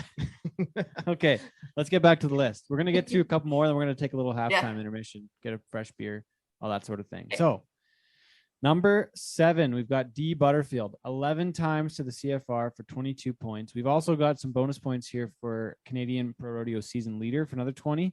Then we've got Canadian champion. Where we got here? D. Butterfield, 1992. She also went to the NFR that year, and I think there were 11 Canadians or 12 Canadians at the NFR, and that's an all-time high, 1992. So D's, I think it was her single trip to her one NFR trip was the year that they had. Was she 1 or was she 2, Rana? I'm pretty sure she's twice because she went, I think, before because she had back in the day she had a really nice horse. I'm pretty sure she's 2. 2, okay. So My sister would know. Probably mixed up. Anyways, No, we've got her in at. That could bump her up. That actually would. So we probably That would bump her a position. But I couldn't find the damn stats for NFR qualifiers for barrel racing. I didn't see it. It's not in the media guide because And that's the same thing because it's WPRA. Yeah, the so WPRA once records again- suck. So WPRA, if there's anyone listening, fix your records, please, or make them public so I can find them. Yeah, this would make it a lot easier so that Yeah. the spreadsheets were So it's correct. not word of mouth. But Yeah. so what we'll do is we'll say D. Butterfield, we've got her in at, we could just ask, we could just text Brooke or somebody right now, or Chance, or like they would know. Yeah. I'll do that right now. Okay, we're gonna get back to this. So, but anyways, we've got her in at 72 right now, puts her at 7th, and it actually, we'll just go right to the next couple because that could change it here. But like we said, the CFR ones are kind of bonus points too. So this 5, 6, 7 is a little bit murky maybe at this point, but let's go 72 points so far. D. Butterfield, number 6. Like we said, 1992 Canadian champion. Don't know which year she went to the NFR perfectly. It's up in the air. It's up in the air. But tell us about She D. was there. Yeah. So when I was making this list, and again, trying to explain to people, we have to Sorry, put Chance. points on these things so that it's not just like number 1 in our hearts. And the list was like half of people just being like, D's number 1, D's number 1. Oh, really? Yeah, people absolutely love Dee. She's wonderful. She's had a successful breeding program. And obviously she's done really well. She does a lot of clinics, helps a lot of people out, and just an overall great human. So yeah, people really love Dee and believe that she should be a lot higher up on this list. But Oh, as really? per our numbers, that's where we have her. We've said it several times. Now you got to be able to. She's quantify given it. back so much. Yes, yes. Yeah, which is but so she's given huge. back so much to the sport. Yeah. Yeah. Yeah, and she's been in then like I said her like maturity horses and that Yes. type of thing. So she may have been is successful, not may have been, but she was successful Yeah. in another area. But this isn't what we're measuring. So Right, and when so, people like, get yeah, mad, it's If we could have, it would have been nice to include like futurity derby stats or like any of the other jackpotting or training of other horses that went on to do well. But because this is as per Ted's numbers and rodeo based, it's rodeo based though, right? It's Ted's fault. Yeah, it's Ted's fault. Oh, we all know that. But it's the easiest way to Ted. quantify in the Yes, sense because exactly. it's accomplished based. Like when you look, Yeah. like when you look at even the Hockey Hall of Fame, they have different categories of people. When it's like on the player category side, it's on their accomplishments on the ice. Yeah. It's not based off Talking about competition. if it's contributions to the sport, they get put into the builders category and stuff like that. So for it to be an actual list of the greatest barrel racers ever, you have to do it this way with a point system on what they've won and what they've done Based in the on- arena. based on our made up point system for And it's the only point system and it's the best point system. So it's made up of cowboy with it. shit. it's the only one at this point. yeah, exactly. Essentially, We're first so- ones. If you don't like it, then Kick rocks. No one's find brave another enough. podcast and listen to about barrel races. Like lipstick and cowboy boots.com. Just kidding. I don't put a lot of episodes out. So what did we find out on the timeline there? No. On the Oh, qualification? Chance says just one. Only went to it because it was on the way to a job in Texas. I did not say that this was for a podcast. That's but a very thanks for being classic honest. That's a classic Butterfield story. That's really Oh funny. boy. oh so- boy. So in saying that though, so higher up on the list, so we have D with the one rank, like the NFR regular NFR qualifications, but some of our people on the list have made it to the NFR 7 times. So Yeah. as far as the greatest ever, we're ranking again. I have to keep saying this because we're ranking on the world stage. If we were Yes. just talking about Canada and what people did in Canada, it would be a different list. Totally. Yeah. And but it's a smaller sample size only in Canada too, because you're competing against Canadians. It's like, it's almost like, I don't want to say we're like a circuit sometimes, but essentially if somebody won the Rocky Mountain circuit 27 times, they might be thought of as the greatest in that area, but they're not against the world. So Yeah. this is what we're trying to Drive home. quantify.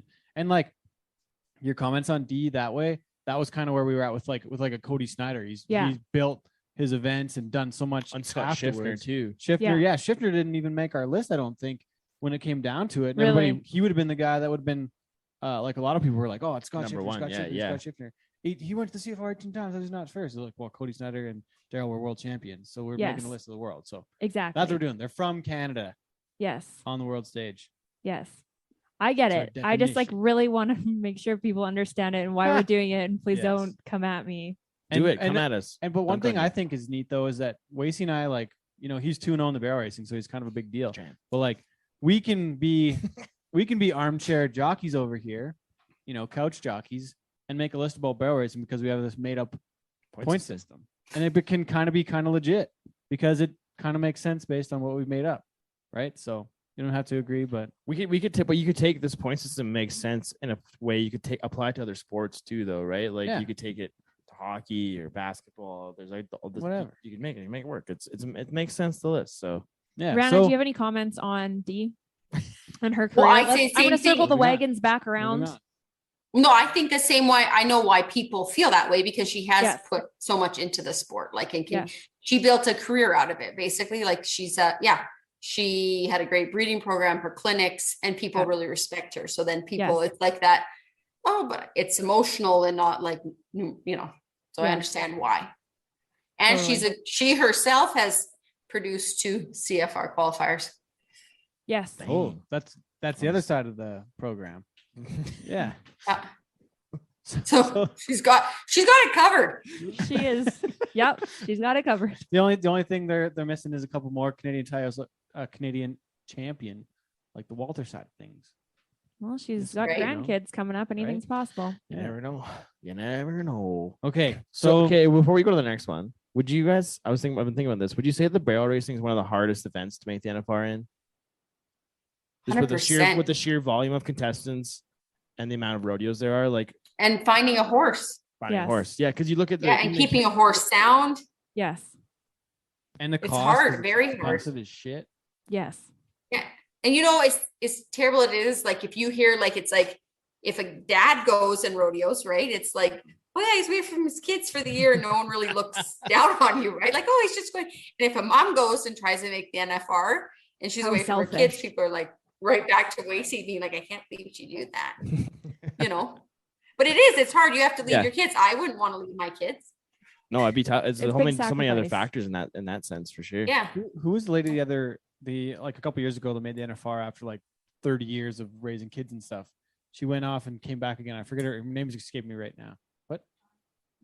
No, it's not Donna K. Rule. Not Donna But K. Bertina Olsen could be an example of that. Yeah. Oh, did you Is read she- my interview? Is that how you got that Well, we interviewed information? her at Cowboy Shit fine, Live at whatever. the CFR. Whatever. Fine. Never mind. I got excited. I thought they might have read my stuff. They don't even care.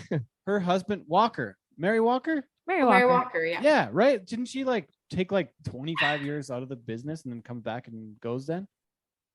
Yeah. It's a lot of sacrifice. Okay, number But 6. it is, I think, for a mom, and I know it, but it is, it's like you have to be prepared to basically be away for a year. Well, and you go to the rodeo and there's so many people entered. Even in Canada, like most rodeos have 100 barrel racers entered. Like there's like 60 barrel racers in most slack. And then circle back to ground and you drop at Lethbridge in the monsoon, or you draw, Yeah. you know, so that's, you're dealing with all of those factors. And like your horse isn't working. And if you're a bull rider, you just draw a new bull, right? Or you draw a new horse the next rodeo. And when things aren't working with your horse, even in the guys events, the bulldogging, you can get off a horse and on another horse. Yeah. They share mounts a lot. And we're way cattier. We're known sharing mounts. No. Yeah. No. Don't touch my horse. Yeah. So that's what I Weird. do think it's hard. Really, really, really hard. So many jokes in here. I'm ignoring them. Number 6. Go to number 6. Boys. That one was Rana. She put that in. She put that out there. I think I said See, now. I didn't even know it though. It's Oh, fine. boy. It's fine. Okay, Hope number my mom doesn't 6. Listen to this. Number 6, we've got Carmen Posabon, BC's own. She Rippin' lady. yeah, two CFRs. That doesn't seem right. She only made the CFR twice. This list was made in 2019. And I think she only, Yeah, I think she All right. didn't. She wasn't there. She wasn't there in No. 2021. She probably got No. 3 though. Eh? 2, 3, regardless, that's worth 2 points, Yeah. right? Anyways, she's probably still in the same spot. Yeah. We obviously did our homework this time. Ted, how hard, Ted, did you make the CFR? Is it hard to make the CFR? Should be worth more points? Oh, I'm just Dude, saying. you just got Burn. I'm saying. I wish you were But- here. I'd high five you. What am I trying to say? but I don't know where I'm going with this. I don't know what even happened there. what? Anyways, Carmen's got a couple CFRs, CFR season leader, Canadian champion, NFR qualification, and NFR average champion. That was it 2019? She won it? So Is that yeah, right? Or for the world. 19? Yeah. So that puts her in at 79 points, possibly 81 points. Even if you take away the 5 points for the CFR season leader, she's still ahead of D Butterfield. And we think we have all of D's stats. So that still puts her pretty solidly right in the number 6 spot, and she's still behind the number 5 spot. So we think like it's still pretty close. It's a nice way to separate the list as well. So Carmen, but this brings me to a point we talked about earlier in the day when we're kind of having a little call on the drive today. And Rana, you said that winning the average of the NFR isn't maybe that hard because you can just kind of like go and make fast, like decent runs, but maybe not even win any money in the rounds, right? Like you can She go didn't and say that it wasn't hard. okay. I'm You not just putting words said in that your I mouth. thought maybe winning a Canadian title was, I mean, you have to, I mean, that's also slippery. So, but I'm That's a with good- you. that's a good I point, will though. own that. I do own that. If you can get around the barrels at the NFR any year Yeah. clean and not hit a barrel, basically you've got the average in the bag because it's hard. I mean, it's hard to get around the barrels. I acknowledge that. Yes. Clean Heard that. Yeah. Yes. that long. So how I would And have that to, pen, especially. yeah, I'd have to look back at some, like, again, stats for the WPRA suck for whoever does that. Boo. I'm calling you out. But I wonder how often that average race is a real race. Like we're saying, I haven't paid enough attention to notice how much of a difference it is. Because sometimes it's like, oh, she just got to get around the barrels clean and she'll win it. But sometimes there is a bit of a race there for that. It's not always the case to be just 10 clean runs, right? And Carmen still won. She didn't win around, but I think her best was second. Like she still was, still did very well. And you win the average, you're still winning. It's one of the biggest part of what we're doing with this list is it's the biggest titles on the world stage, but it's also some of the biggest checks. Like where else do you win 70,000 in one check in the whole It's huge. Western world, right? Like, so, Houston, Calgary was 100. For some reason, it was only 50 this year. They're still covering on the Figuring it out. COVID side, but like, The Americans, I think 100,000. yeah, like there's not many checks that are worth that. And like, this one takes a lot to get there, and it's elevated, and there's different steps to get to even to that point. So I get the point where it could be that way, and it might not be as, it might be weighted pretty heavily for what it is on a 10-day show, but it's also, there are no other probably 10-day shows of that caliber. So it might be a little heavy, but still it's winning on the world stage. So we have it ranked pretty high, and that puts Carmen Posabon number 6. And I mean, I think that's, plus she's already a Canadian champion too. So even if she wasn't, even if we took away a few of the points, she'd still be in our top 10, I think. So 100%. we can argue it either way, but what do you? And what do she you had think that's a phenomenal horse. Yes. Amazing horse. Yeah. Rippin' lady. What a badass. And Carmen, just they're the perfect pair. They do so amazing together.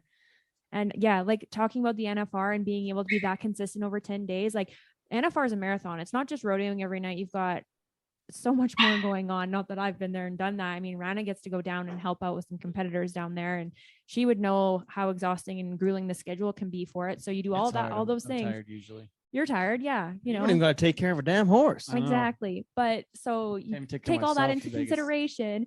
Plus, then you got to get around those barrels. You're tired. Your horse is tired. You're not just at home. I mean, sure, they rodeo all year, so they're used to being out on the road, etc.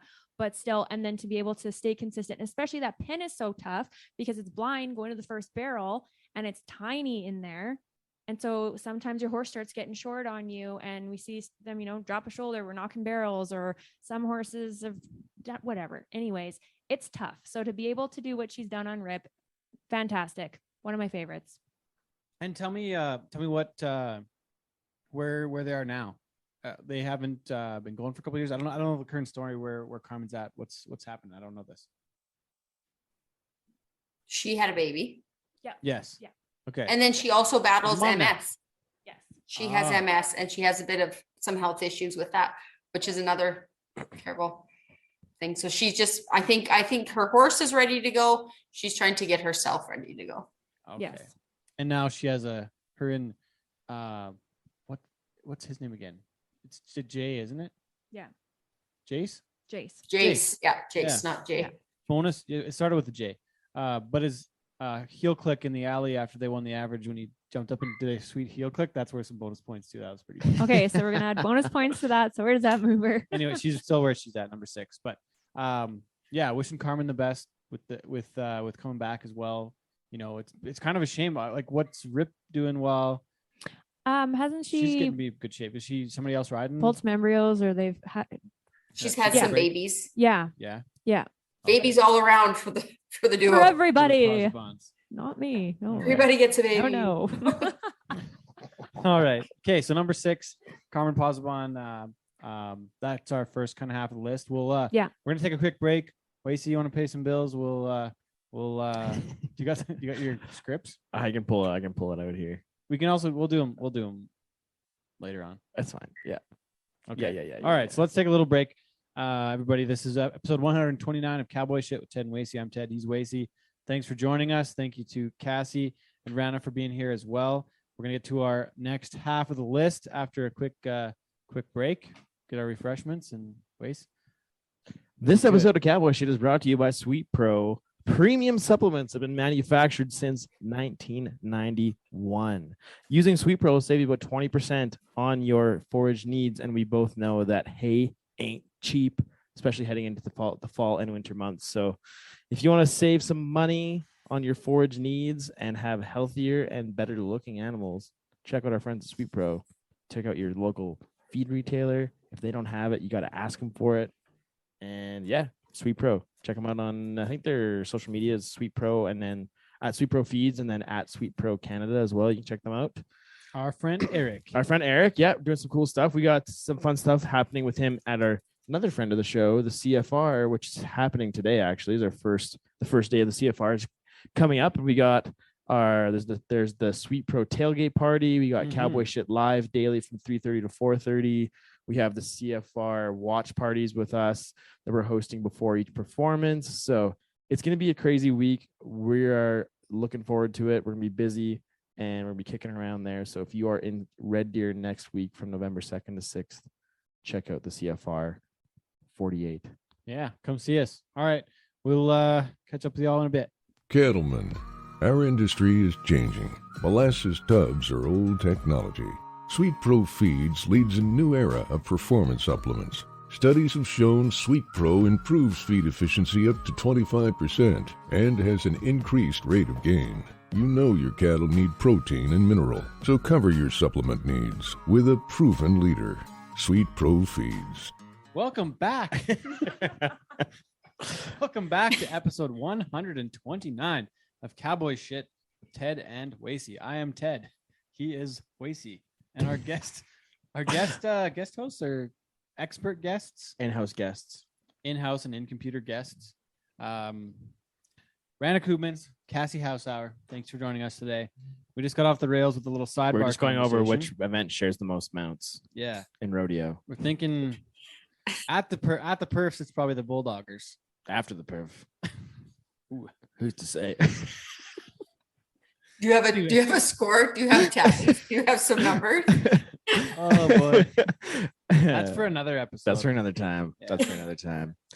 So to recap the first half of our list of the top barrel races ever Go ahead. from Canada, we have in the number 10 spot, Isabelle Miller. Number 9, Raylee Walter. Number 8, Carol Wilson. Number 7, Dee Butterfield. And number 6, Carmen Posabon. Again, we're using a Points. a completely made up point system to rank these barrel racers in a totally fictitious way that you may or may not agree with. But it's our way, so deal with it. It's our Yeah. show, our podcast. So that brings us to, It's just for Number- fun, you guys. Okay, wait, before we get into this, I need to ask yeah, my yeah. question. Oh, So, gosh. Okay. excuse me, I have a question. so with the upcoming season of Yellowstone, how do you guys feel about the portrayal of barrel racers in Yellowstone? Because essentially, like, Yellowstone has made country cool again, and they're like, and there's a lot of like gestures to the barrel racer community, barrel racer land in the show. So I'd like to get your guys' take on how they've portrayed your kind. Okay, I Our will ki- our agree. I will kind. agree that Yellowstone has done a really good job at making cowboy cool and making more people aware of it. Yesterday, I was at my coach's bikini competition, and her boyfriend, who is from Colombia, when I started saying, "Yeah, I used to compete in barrel racing, rodeo," and he says, "Yeah, no, I've watched Yellowstone. Like, I know what you mean. I know what you do." And so I thought it was cool. At least, like, okay, he knows, 3 barrels, 2 hearts, 1 dream. But I know that too. yeah, but as for how they portray, oh gosh, I wouldn't say that they portray the majority. Maybe there is a minority that they are portraying, though they try to make it sound like that's how we all are, but I don't believe it that we all are that way. At least not the group that I've hung around with or competed with. Yeah, but Rana, your take on that? Yeah, I don't know if that's proper, when I actually haven't watched all of Yellowstone. I've had a There lot of you go. people come up and ask me, like, are barrel racers actually like that? And I'm like, yes, they are. Especially the ones that I've dated. Part of So maybe moving you're on, not Wacey, dating is letting quality. go. Yeah, I guess it could be, I could have been dipping into the wrong pool there, but 100%. thankfully I'm in a better place now. sharing the wrong mounts. Oh, there it is. Touche. All right. Okay, back to the Okay. list. Top 5 barrel racers from Let's go to Canada. number 5. Teddy, Oh, wait. what do you got I want to now? go back to at the Horse Expo. We were recording a show and we had a conversation of Oh, like boy. who's With more Vanessa? who's more classy, Yeah. the show jumpers or the barrel racers. I'd like to also get your guys' take on that too. Oh, I spend a week at Spruce Meadows Masters and get to watch the jumping there. Oh my gosh, you guys. Anyways, Ted's making jokes. Okay, anyways, I think stop. Ted's laugh always kills me. Anytime I listen to this podcast, when Ted starts going off on his it's that giggle right there. If you can hear it, it's that giggle sends me over every single time when he laughs. Anyways, I spend that much time at the Spruce Meadows Masters, and I think they're a very classy bunch, and not the barrel racers. Not the barrel racers aren't classy. I just Tone think says like, the world otherwise. of show jumping is like next level. They're very high class bunch of folks. Oh, I'm sweating. man. I'm with Cassie on that. Yeah. Okay. I mean, there's Bill Gates's daughter has a barn, right? They're in a Yes. whole level Okay. of Oh my gosh, even in the world of like Arabian show horses, Jeff Bezos' sister owns this beautiful barn in Arizona. Like I'll show you guys a video after. Jeffy It's Bezos. stunning. Damn. So Damn. yeah, it's not that we're not classy. We're just Yes. We're just not as classy. we're just not as classy. There we go. I respect that Okay. answer. Okay, Yes. Okay. okay, I'm satisfied. You did Thanks. that way better than I did that in Red Deer. Ted Seward himself so hard at Red Deer. Oh man. Okay, number 5. Don't Move on. Okay. Stop it. Get it together. Number 5 with 86 made up points, we have Ruth McDougall, 5-time Canadian champion, 8 times to the CFR, 1 NFR qualification, gets her 86 points to be number 5 on the list. I was looking at the list over here of former Canadian champions, and she won the Canadian title in 1984, 1985, 87, 88, and 89. So 5 times. That was what you call a dynasty, folks. 5 titles in 1 decade.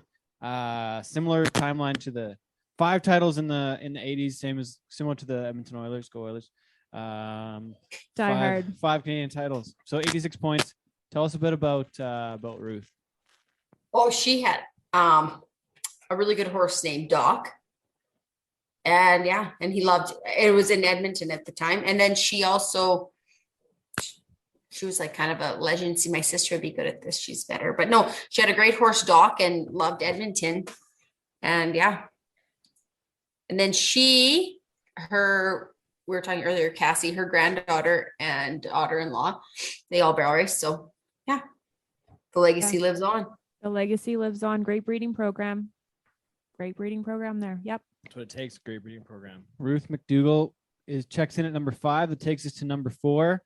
Rayelle Little, formerly Rayelle Robinson. Sorry, I'm trying to get all the names are changing. That's part of the trouble here too. Racers. See, barrel racers. Mhm. Yeah. So Rayelle Little, 20 CFR qualifications. We have 6 season leader titles, 4-time Canadian champion, 2 times to the NFR, puts her in at 150 points.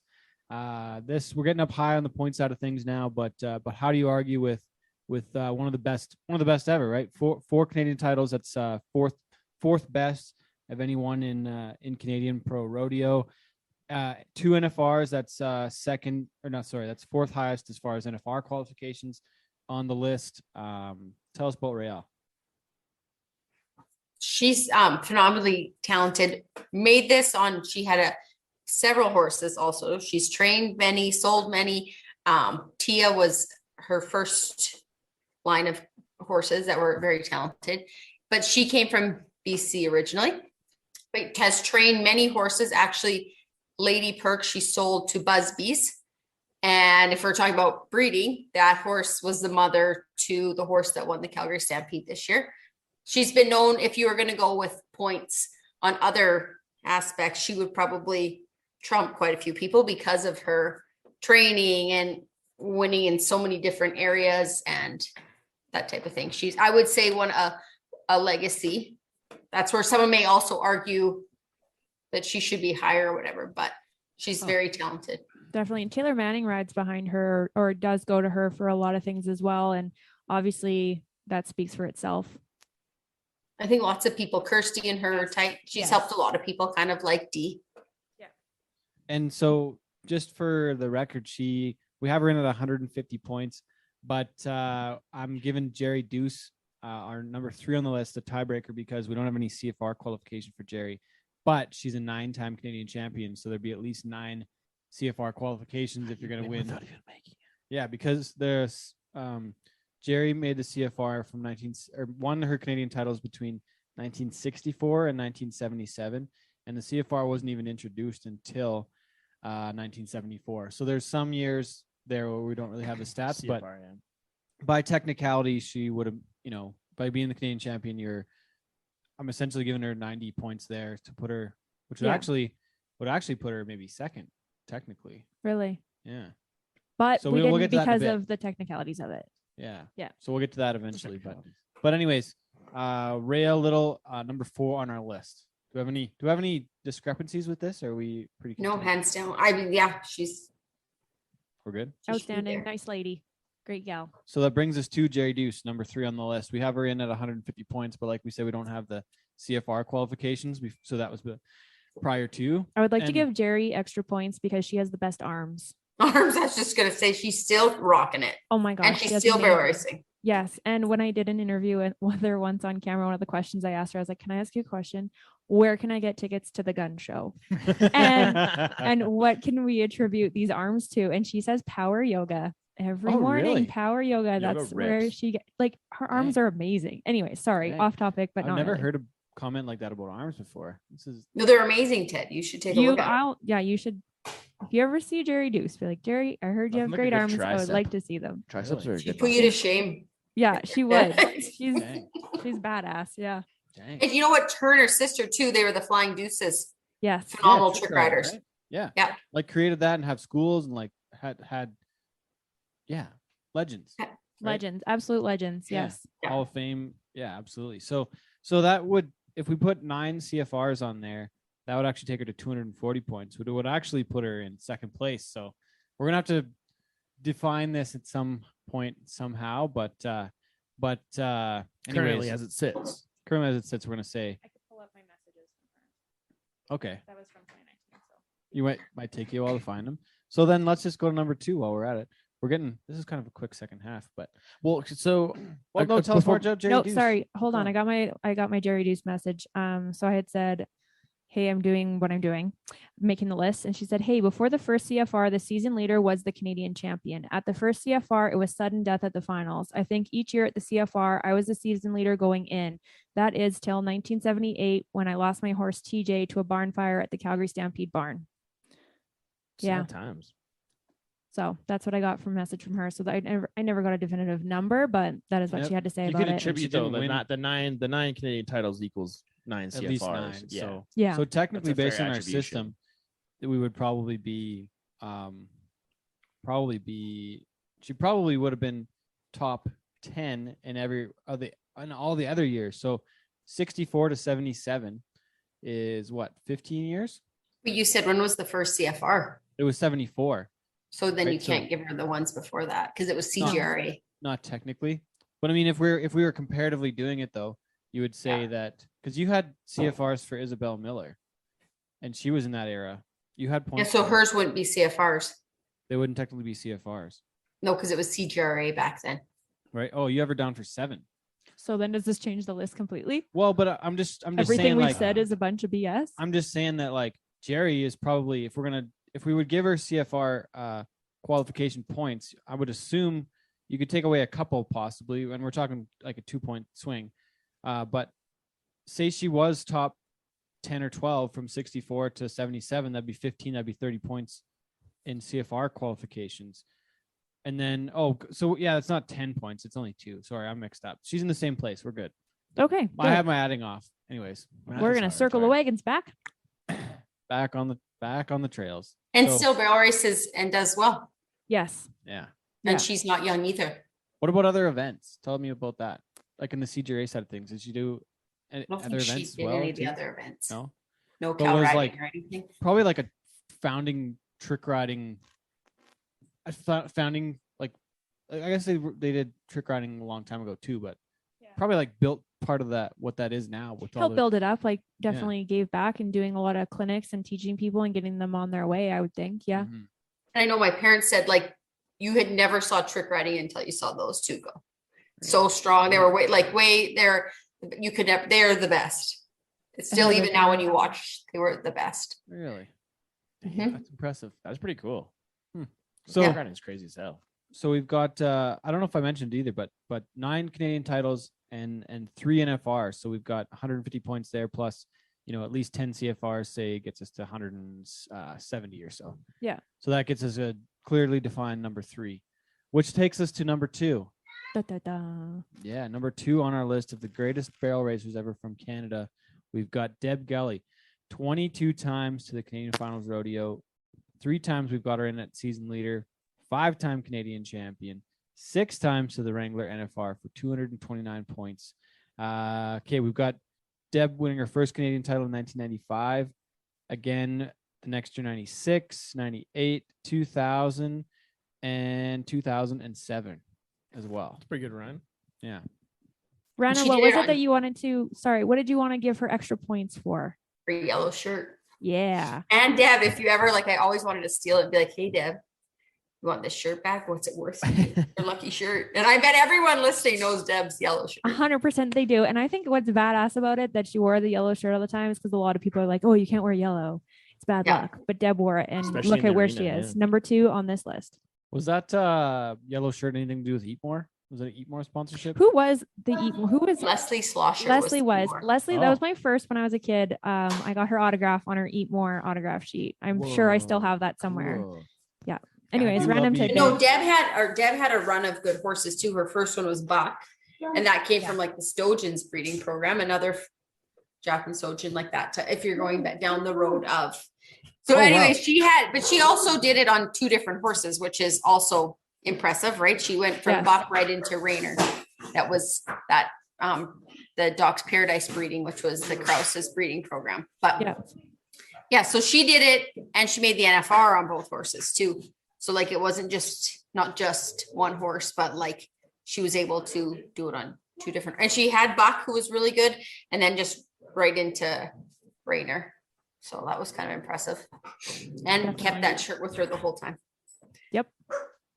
The other one of the other impressive pieces, the 3rd longest consecutive streak of Canadian Finals Rodeo qualification. So she made the CFR every year from 1992 to 2011, 20 years in a row, 2 decades, the whole way. Wow. Second longest streak is Bill Boyd in the bareback riding, 22 times from 83 to 2004. That's nuts. And then Cliff Williamson made the CFR on the tie down every year from 1980 to 2008, 29 years in a row to the Canadian Finals As Rodeo. long as I've been alive. Yeah. So just a little bit more info there, but that's pretty insane to make. It was like you couldn't have the CFR without Deb forever. I Yeah. remember watching the NFR growing up, and Deb was like the one like Canadian you could count on that was always going to be Yeah. there and running. Like I remember like circling up around the TV and watching her runs. It's pretty cool. for 6 different occasions to the Wrangler NFR. So Cool stuff. and then when did she make it last? She made it in the last like 7 or 8 years. Was that so? She made it in 20. She made the CFR in 2015 was her last CFR qualification. I forget what the last year she went to the NFR. Is that one? I'm going to say because she rode, it was Ruth. She had a horse that wasn't. It was a sorrel horse. She made the NFR on. Ruth Hayes really would be so mad at me. Anyways, she had another horse and she made it in like 15th at the very. I remember listening to the Yes. rodeo on that was the RFT or whatever on the radio, and out of Omaha she made it kind of thing last. Yeah. I think that was I like do not recall what 17 number. maybe. I want to Would it be? say, yeah, I think you're pretty dang close with that. What year? Yeah. 17? Oh, really? Yeah. I have to go back and look. I don't actually remember. I did an interview, but I don't recall either. But So, yeah, it did she was- make? Did she make the NFR, not the CFR that year? I almost think that's the case. Oh, really? That's kind of crazy too. To kind of, is she? But I think she was down there and she focused on that Yeah. more than really. CFR. Yes. And so, tell me too, like to do this at that level for that long. Like, I mean, there had to be some sacrifices on the family side. There would have to be, right? Like, I don't know her situation or anything that way, but like there would have to have been that way to be I live would- on the road for like 22 years. Like, holy shit, that's Yeah. a lot. There's totally sacrifices that you don't. I don't know. That's and like it goes back to like I said, she's like a woman who went, and then people tend to judge that more, right? It's like, oh, she doesn't have kids or whatever, right? But Yeah. you know what? She But she loves that didn't? woman loves horses and she loves to barrel race. Like she deserves all of the credit of that. Absolutely. And I never had kids, so didn't have that. Like, that's how that Nope. really. Huh.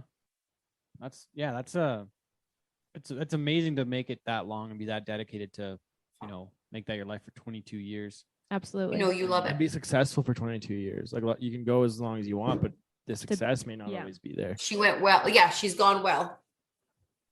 And I mean, she was in Houston. I believe I watched it this year. She made Houston, I think, out of one of the WPRA tours or type of thing. She qualified. So So she's still living in going. Texas. Living in Texas now. Yep. Awesome. Everything's bigger in Texas. Right on. Okay. So for anyone that has followed Canadian barrel racing in the last 47 years, probably knew who was going to be number one on our list or very early on, unless they didn't completely agree with our point system. But two-time world champion Lindsay Sears, who got NFR, 7 times NFR, not a Canadian champion. Is that true? correct? Is that right? That's Yeah. correct. Not a Canadian champion either. Yeah, kind of wild. There's some interesting pieces that way. Like I think Daryl Mills was a world champion before he won Canada as well, but he won it both. Cody Snyder, I think, won the world before he won the Canadian title too. It's like 83, 85. Daryl was like 92, 93 kind of thing. But Lindsay, that's kind of wild too. You could almost take her out by a technicality where it's like, oh, she wasn't a Canadian champion, but she was a 2-time world champion. So, but she's still going as well, and there's still time for her to win that Canadian title. Like we said, this list is still a draft. Ever changing. Yeah. So, but 2 times world champion, the 2011 and 2013 or 9 and 11. I Which think one was it's it? not. 9 and 11. Mhm. Yeah. So 2-time world champ, 7 times NFR, 7 times to the Canadian Finals Rodeo, and NFR aggregate champion as well. So we got her in at 394 points. Clearly out number one. Deb Gelly's 229. So it's a huge difference. But how do we argue with the winning that world title twice? I don't think you can. No. No, and especially when you're looking at the system that you're looking at and what we're basing points on, you can't argue with that, plain and simple. How do you argue with it without the point system?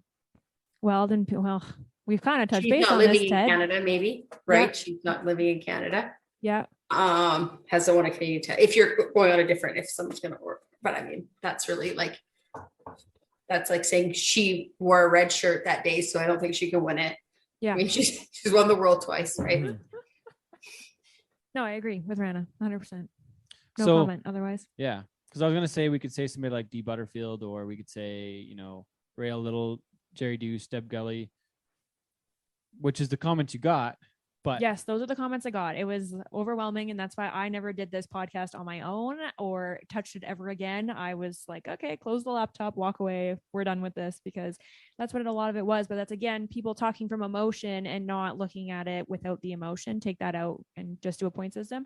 So yeah, we don't have the emotion on Lindsay, I guess, the same as we do with D or Rael or any of the rest of them. but she's also, I don't know, she's not done either, right? Like she's still No, she's still going. What's her stud horse name? Is it SME One of a Kind? Rana, is that a stud horse? And was the dam Martha? Yeah, that and my correct? first down dash. Yeah, and he's Yeah. really nice, very Yes, very so nice.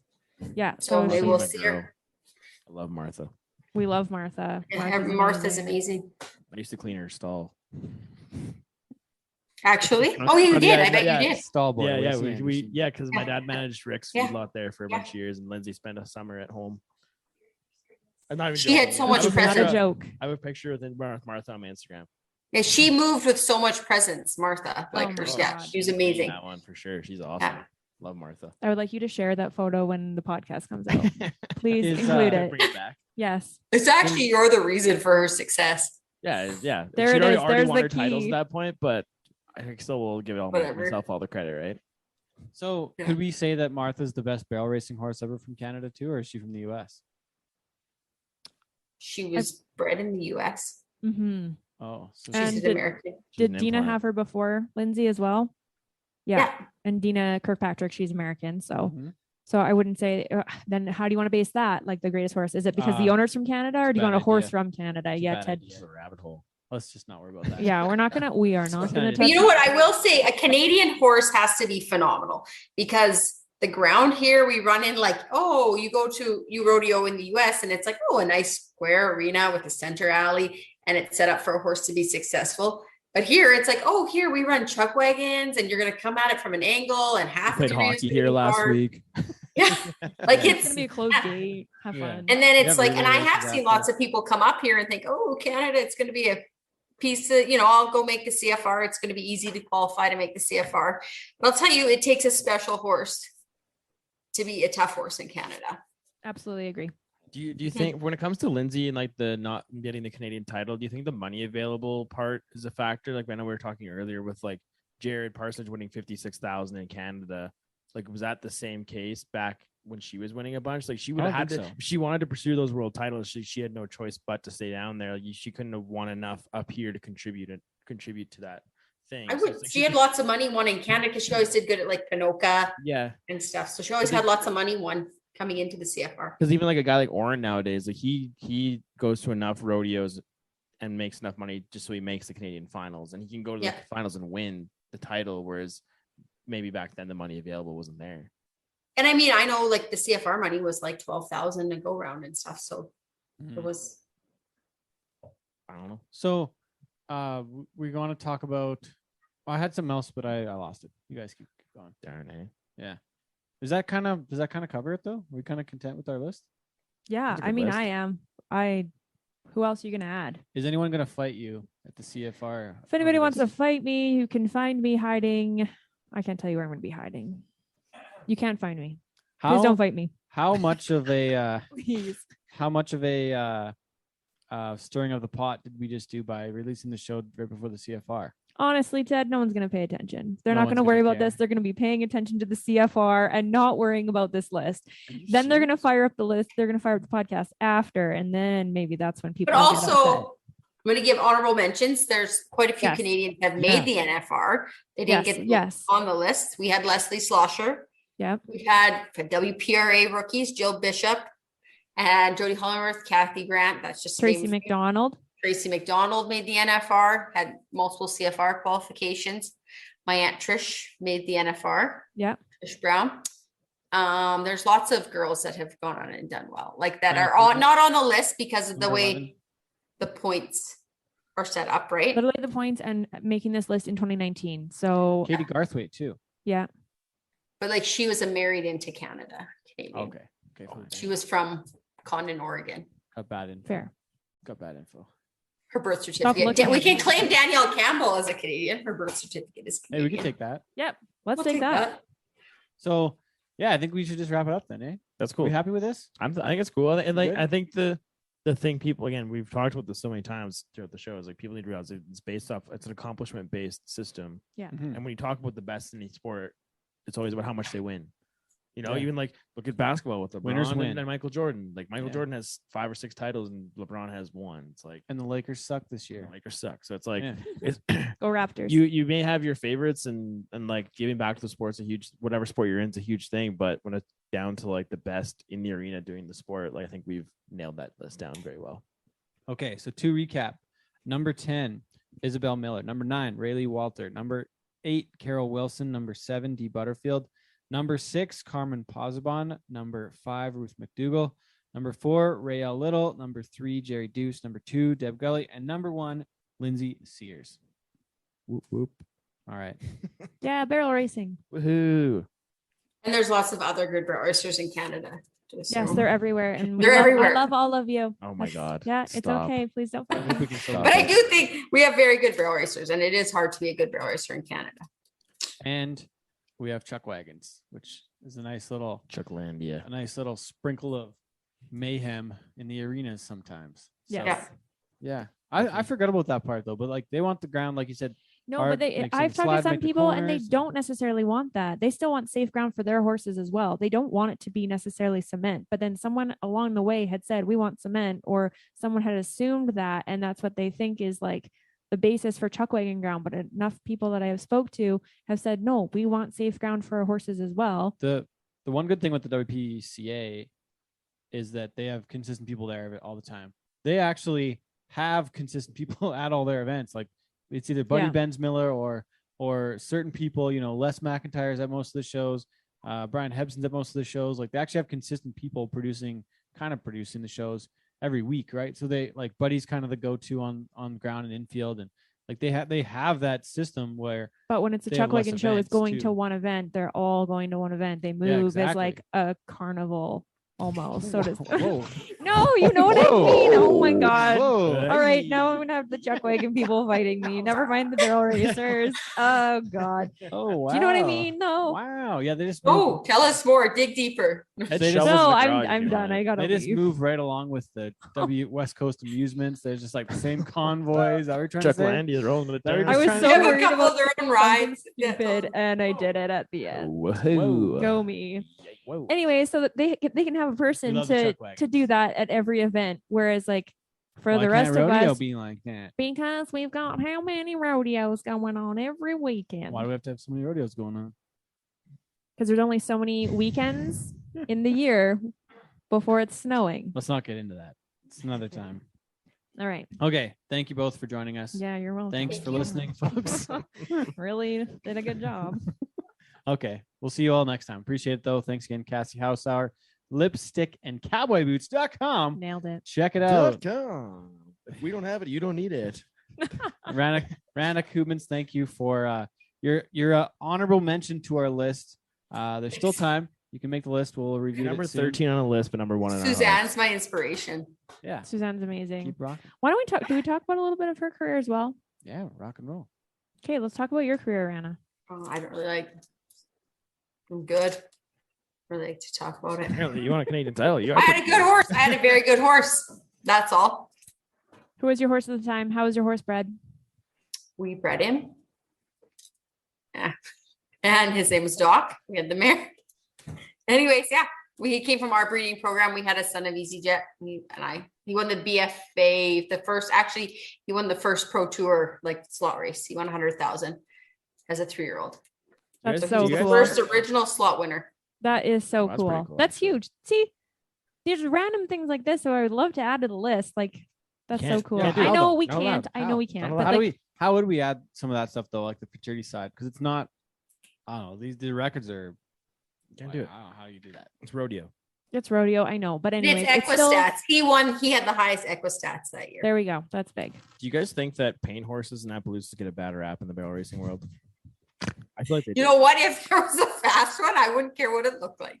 Yeah. as long But as you it's know, fast. there Really? have Are been you- far are and you few sure? between. That's all. Maybe. There's just less of them that do as well. Yeah. Okay, but no, I want to continue on with your career. Sorry, let's come back.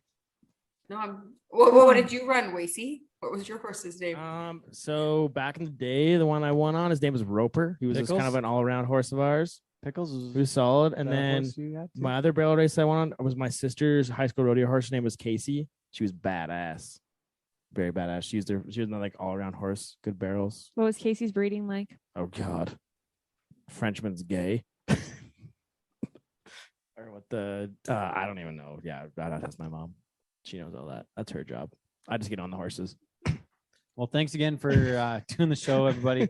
Appreciate it. Thanks for listening. Thanks for tuning in. We'll wrap it up here, and we'll be back with our shenanigans from the last few weeks. So we'll catch up on that in a bit. And yeah, thanks again, everybody. Appreciate it. Thanks. Have fun at CFR. We were flashing headlights, a coming cars, put up in the distance, even in the dead of night. If we can make it to the morning, we can get things right. It's been a tough go lately. I hate choosing sides, but what we do in the darkness will come to light alright.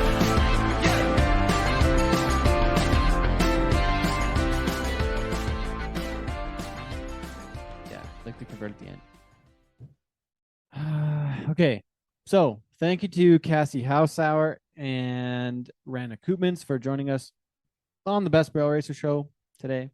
I think we were pretty close list. on our for whatever. It's probably our less. ranking. That one's probably less fun because people know that it's gonna be Lindsay at the top. They probably will know based on our point system. Now it's getting a little bit predictable, but I don't even know who would be on the top of like the tie down list because we haven't had a Canadian be a world champion in the tie down, and like bareback riding would be interesting because we haven't had any world champions. I don't think. Steer wrestling we have tie down. Team roping would be Jeremy and probably Levi. Jeremy and Levi. Maybe Dean Tufton was a season leader in the PRCA one year, but our friend Brinson Harris as well on joining us for the top and bottom of the show. You're on our way back from Saskatoon. Lonnie West wins PBR Canada Cup Series show in Saskatoon. One of it before the finals in Edmonton next weekend at Rogers That's Place. coming up. Who Who do you guys got? What do you guys got heading into the finals? I picked Nick Tetz to win it in Grand Prairie. He was my pick. Who did you pick? Do you remember that? Yeah, I don't remember exactly who I had, but I mean, I know that. Peter has it written down. Prince, yeah, you got that's- talking to the mic. Sorry, not used to it all up on me. I'm not used to hanging out. I'm not used to having it in my hands. That's what she said. No, so what did we do last night?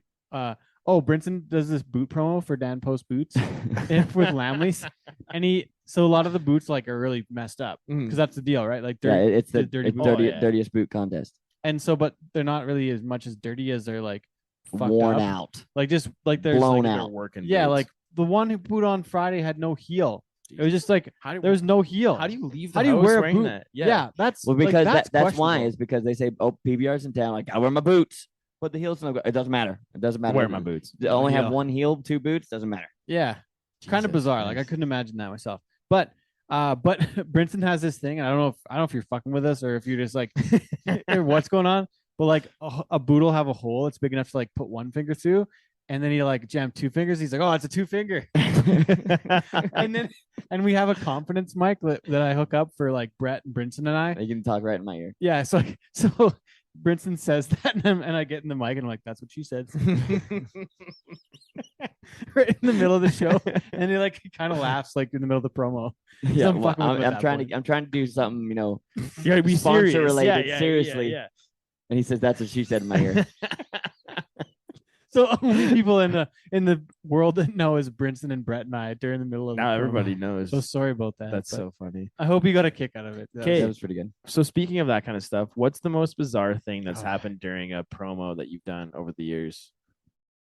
A sponsor promo. Like there's gotta be some wild shit. Well, this weekend, during our little sponsor promo, we had a squirrel costume kind of squirrel costume with its big nuts hanging out. fuzzy nuts, like squirrel nuts. no. Yeah, and that was Like acorns. Saskatoon. Another one was Saskatoon. We had a scary clown there. Remember? Yeah, it don't would remember have been 4 years ago, 5 years ago, maybe. I've been coming to Saskatoon for 10 years, and it's a pretty crazy town. It's a wild town. It's a wild Kudos town. to Saskatoon. They party there. They Bunch of farmers man. party there. I don't know if somebody died there when we were there, but there was somebody died on laying Thursday. underneath the tarp. Like dead, actually. Saskatoon. Yeah, like I looked back up because there was somebody like some shit went down at the Long Branch on Friday apparently, and we were looking Shit. it up, and then I looked it up, and there was like somebody died on Q Avenue or some shit, like not far from the Ramada. Jesus Christ. Some shit going down with the SWAT team. They had like bust somebody out. Yeah, so some shit went down in Saskatoon too, but yeah. But yeah, no, Crazy these yeah. But Well, yeah, the another one was when they were throwing all the boots. We thought that was a good idea, and it was Not a good Not idea. a good idea. Boots flying in the air is not a good idea. Not a good idea. Do not throw your And boots yet from the someone's top tucking their ropes. size 14s from the Yeah, fucking steel toes. bleeders. Yeah, from the second bowl. Steel toes. Not Yeah. good. Oh boy. Cool. Sweet. So Saskatoon, Dakota Butters, new number 1 in Canada. Where's we talked Lonnie about- West sitting? Because that's He's like 7th. He's yeah, pretty he was far he was back. way down, but the win, lot of shit can go or down win in a big one like Edmonton, eh? that right here at the end. Yeah, there'll be a bunch more points in Edmonton too. So What are you guys That's looking legit. most forward to in the finale? a big Okay. ass sound system in Edmonton. Yeah, I think the bull riding is amazing. Unreal building, huge The- crowd. End the season is amazing. You know, we've all been working really hard to have a good season, but just to that place, just to Mhm, walk in mhm. back into Rogers Place Yeah. again would be. And it's a party. It's a our party. production booth is like right off the Oilers. It's right in there. Yeah. It's right off the Yeah. Oilers like dressing room. It's the same one they walk down. So that's cool You to pretend me. you're Connor McDavid. Yeah, that one's kind of cool. But I gotta go back to the list too. Thanks again to Cassie and Rana for doing being part of the show that way. Mhm. Again, hope everybody enjoyed the list. Hopefully, it creates some conversation and honor some of the people on the list that aren't as they haven't competed in a while. They've been out of the business for a little bit that way too. So I like those lists. Again, it'll probably change a little bit as we get a little more info. We don't know everything all the time when we're doing those lists. Some of the records are hard to find. So thanks again that way. But yeah, so Saskatoon went great. Yorkton's this week on the PBR Canada Tour, Canadian Finals. We've already talked about a few picks, but Brinson, we're back for Edmonton, like you said, and then we get a tiny little break. I like it. Yeah, we've been going hard for the last couple months, and It's been a big run. Since Yeah. about May. yeah. So I had my first weekend off last weekend, and it was my last weekend off until end of December. So just like you guys, even though it's the finals, it's still kind of a busy season, Mhm. November, December. Can we announce our residency for what in Vegas? The Tropicana thing? That we're in the convention center. We don't have a booth space yet for No sure. booth space yet? No, I didn't say what space yet. Oh, okay. Well, we'll stay tuned for Supposed some to be from tomorrow. Stay tuned for some Vegas updates here. Yeah, next. we might got be some- we got might some be in shit going Vegas if down. we can figure out how to get there, how to get all our shit there. We got 35 days before showtime and I'll got drive some it. logistics to figure out. I can drive it. I guess you could, eh? You buy your flight here, then you can drive it down. Yep. Maybe. I might have to hire you to work in the booth actually. Oh, but you're gonna be in Fort Worth too. Well, I'm only These are gonna the be there first for weekend. 1 through 4. Yeah, you're gonna be out of commission too after the wedding shenanigans. Well, every we'll day. we'll talk about we'll get work these- about that Stay later. tuned, folks. We got Anyways, some cool shit happening. Thanks again to Sweet Pro CFR. Come see us this week. If you've listened to the show, maybe don't know us, come and introduce yourselves. Come and say We'll be hello. kicking around. Yeah. Yeah. Come take a picture Yeah. with the cutouts. Yeah. Draw a We'll mustache on my be- face if you want. yeah. Yeah. Whatever you want to do. Be doing it and check our shit out on Yeah. CowboyShit.ca. Yeah. Order Cowboy stuff Shit official. online. Christmas is almost coming.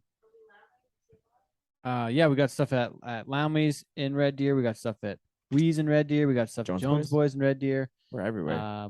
We're freaking everywhere, people. Mhm. So yeah, come see us. Gonna be some good shows. Getting all those lined up at 3:30 p.m. daily on the trade show stage. The buckles are afterwards. Cowboy Shit watch party during the show. And Brinson, happy birthday! Thank you, Your brother. Your Man. birthday comes out on Wednesday when the show comes out. So happy birthday! Thank you. Thank you. So after another year walking this earth, what's one? Are you 30 what's- now? 29. 29. Okay. What's one thing you learned in your 29th year? One lesson or one takeaway or something you want to work on in your 29th year? I definitely would have to. One thing I've learned the most here is because I've been pretty hard partying this year. Okay, I mean, I've learned a lot about myself, Mhm. and the biggest thing I'm going to take away from this year might have to be just as always spray the spray when you use the bathroom because you never know who's coming up next. And there you have it. There What you have about it, what folks. about if you're in a bathroom in Saskatoon in the hallway, and there's no spray in the bathroom? Then you just leave it rot. Yeah, You just warn and he the blame it on Kobe Moore. you just warn the pyro guy coming in next. Yeah. You're like, hey man, that man, was you left that one was sit for a Kobe, while." not me. That was Yeah. definitely Kobe. Oh yeah, I have news with me and Kobe too. So I asked Daphne Finlay. Oh no, Yeah, I this is asked her. heartbreaking. This heartbreaking news. Yeah. Really? So sorry to end the show on us. Sad. Oh Yeah. no. I'm ending one of the longest relationships we've ever had. Kobe and I have shared hotel rooms across the PBR Canada tour and across the NFR, and For a long time. it's the longest relationship he and I have either one of us have ever had. So I asked Daphne though if I could have my own room moving on into the season next year. So I didn't have to room Oh, with Kobe how anymore. I'm ready to. I think I've grown up enough that I can. He's maybe moved have to- my he's own moved room. past Even that. after Grand Prairie? What happened in Grand Prairie? Oh yeah, when I freaked out. Yeah, but Andrew helped me out because Kobe was at Oh, the okay. Rippers. I Yeah, just Kobe Kobe wasn't was telling me home about the yet. text you're sending him. I just don't know if Oh, you I was ready to be on freaking your out. own I was yet. having a bad time. Yeah. Yeah, so I'm moving out. Good for you, Sorry, buddy. Kobe. I love you.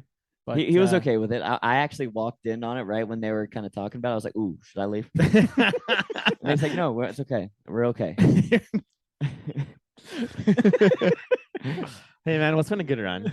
I mean, like it's kind of It's not goodbye. See you later. Yeah. yeah, Yeah. yeah, and like if I get lonely, I'll be like, hey, Kobe, you want to Come over. stay? Come over for one. No, they can get joining rooms where you can just shut the door. Yeah, Oh. yeah. So maybe that'll be step one, Mhm. and then maybe eventually I'll You gotta grab my wean own yourself off each other. Yeah. Yeah. Yeah, Fair enough, man. it's not that weird, right?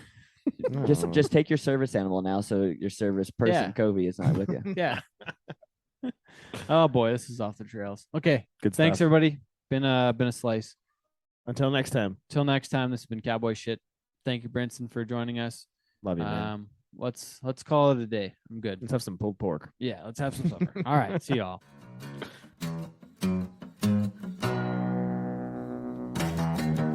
Boy, I've been cooking up one hell of a crush. Got you on my mind the minute I wake up. You make the morning glow, make the rooster crow, get my juices flowing. You know I got the spice, but it ain't enough. Baby, would you be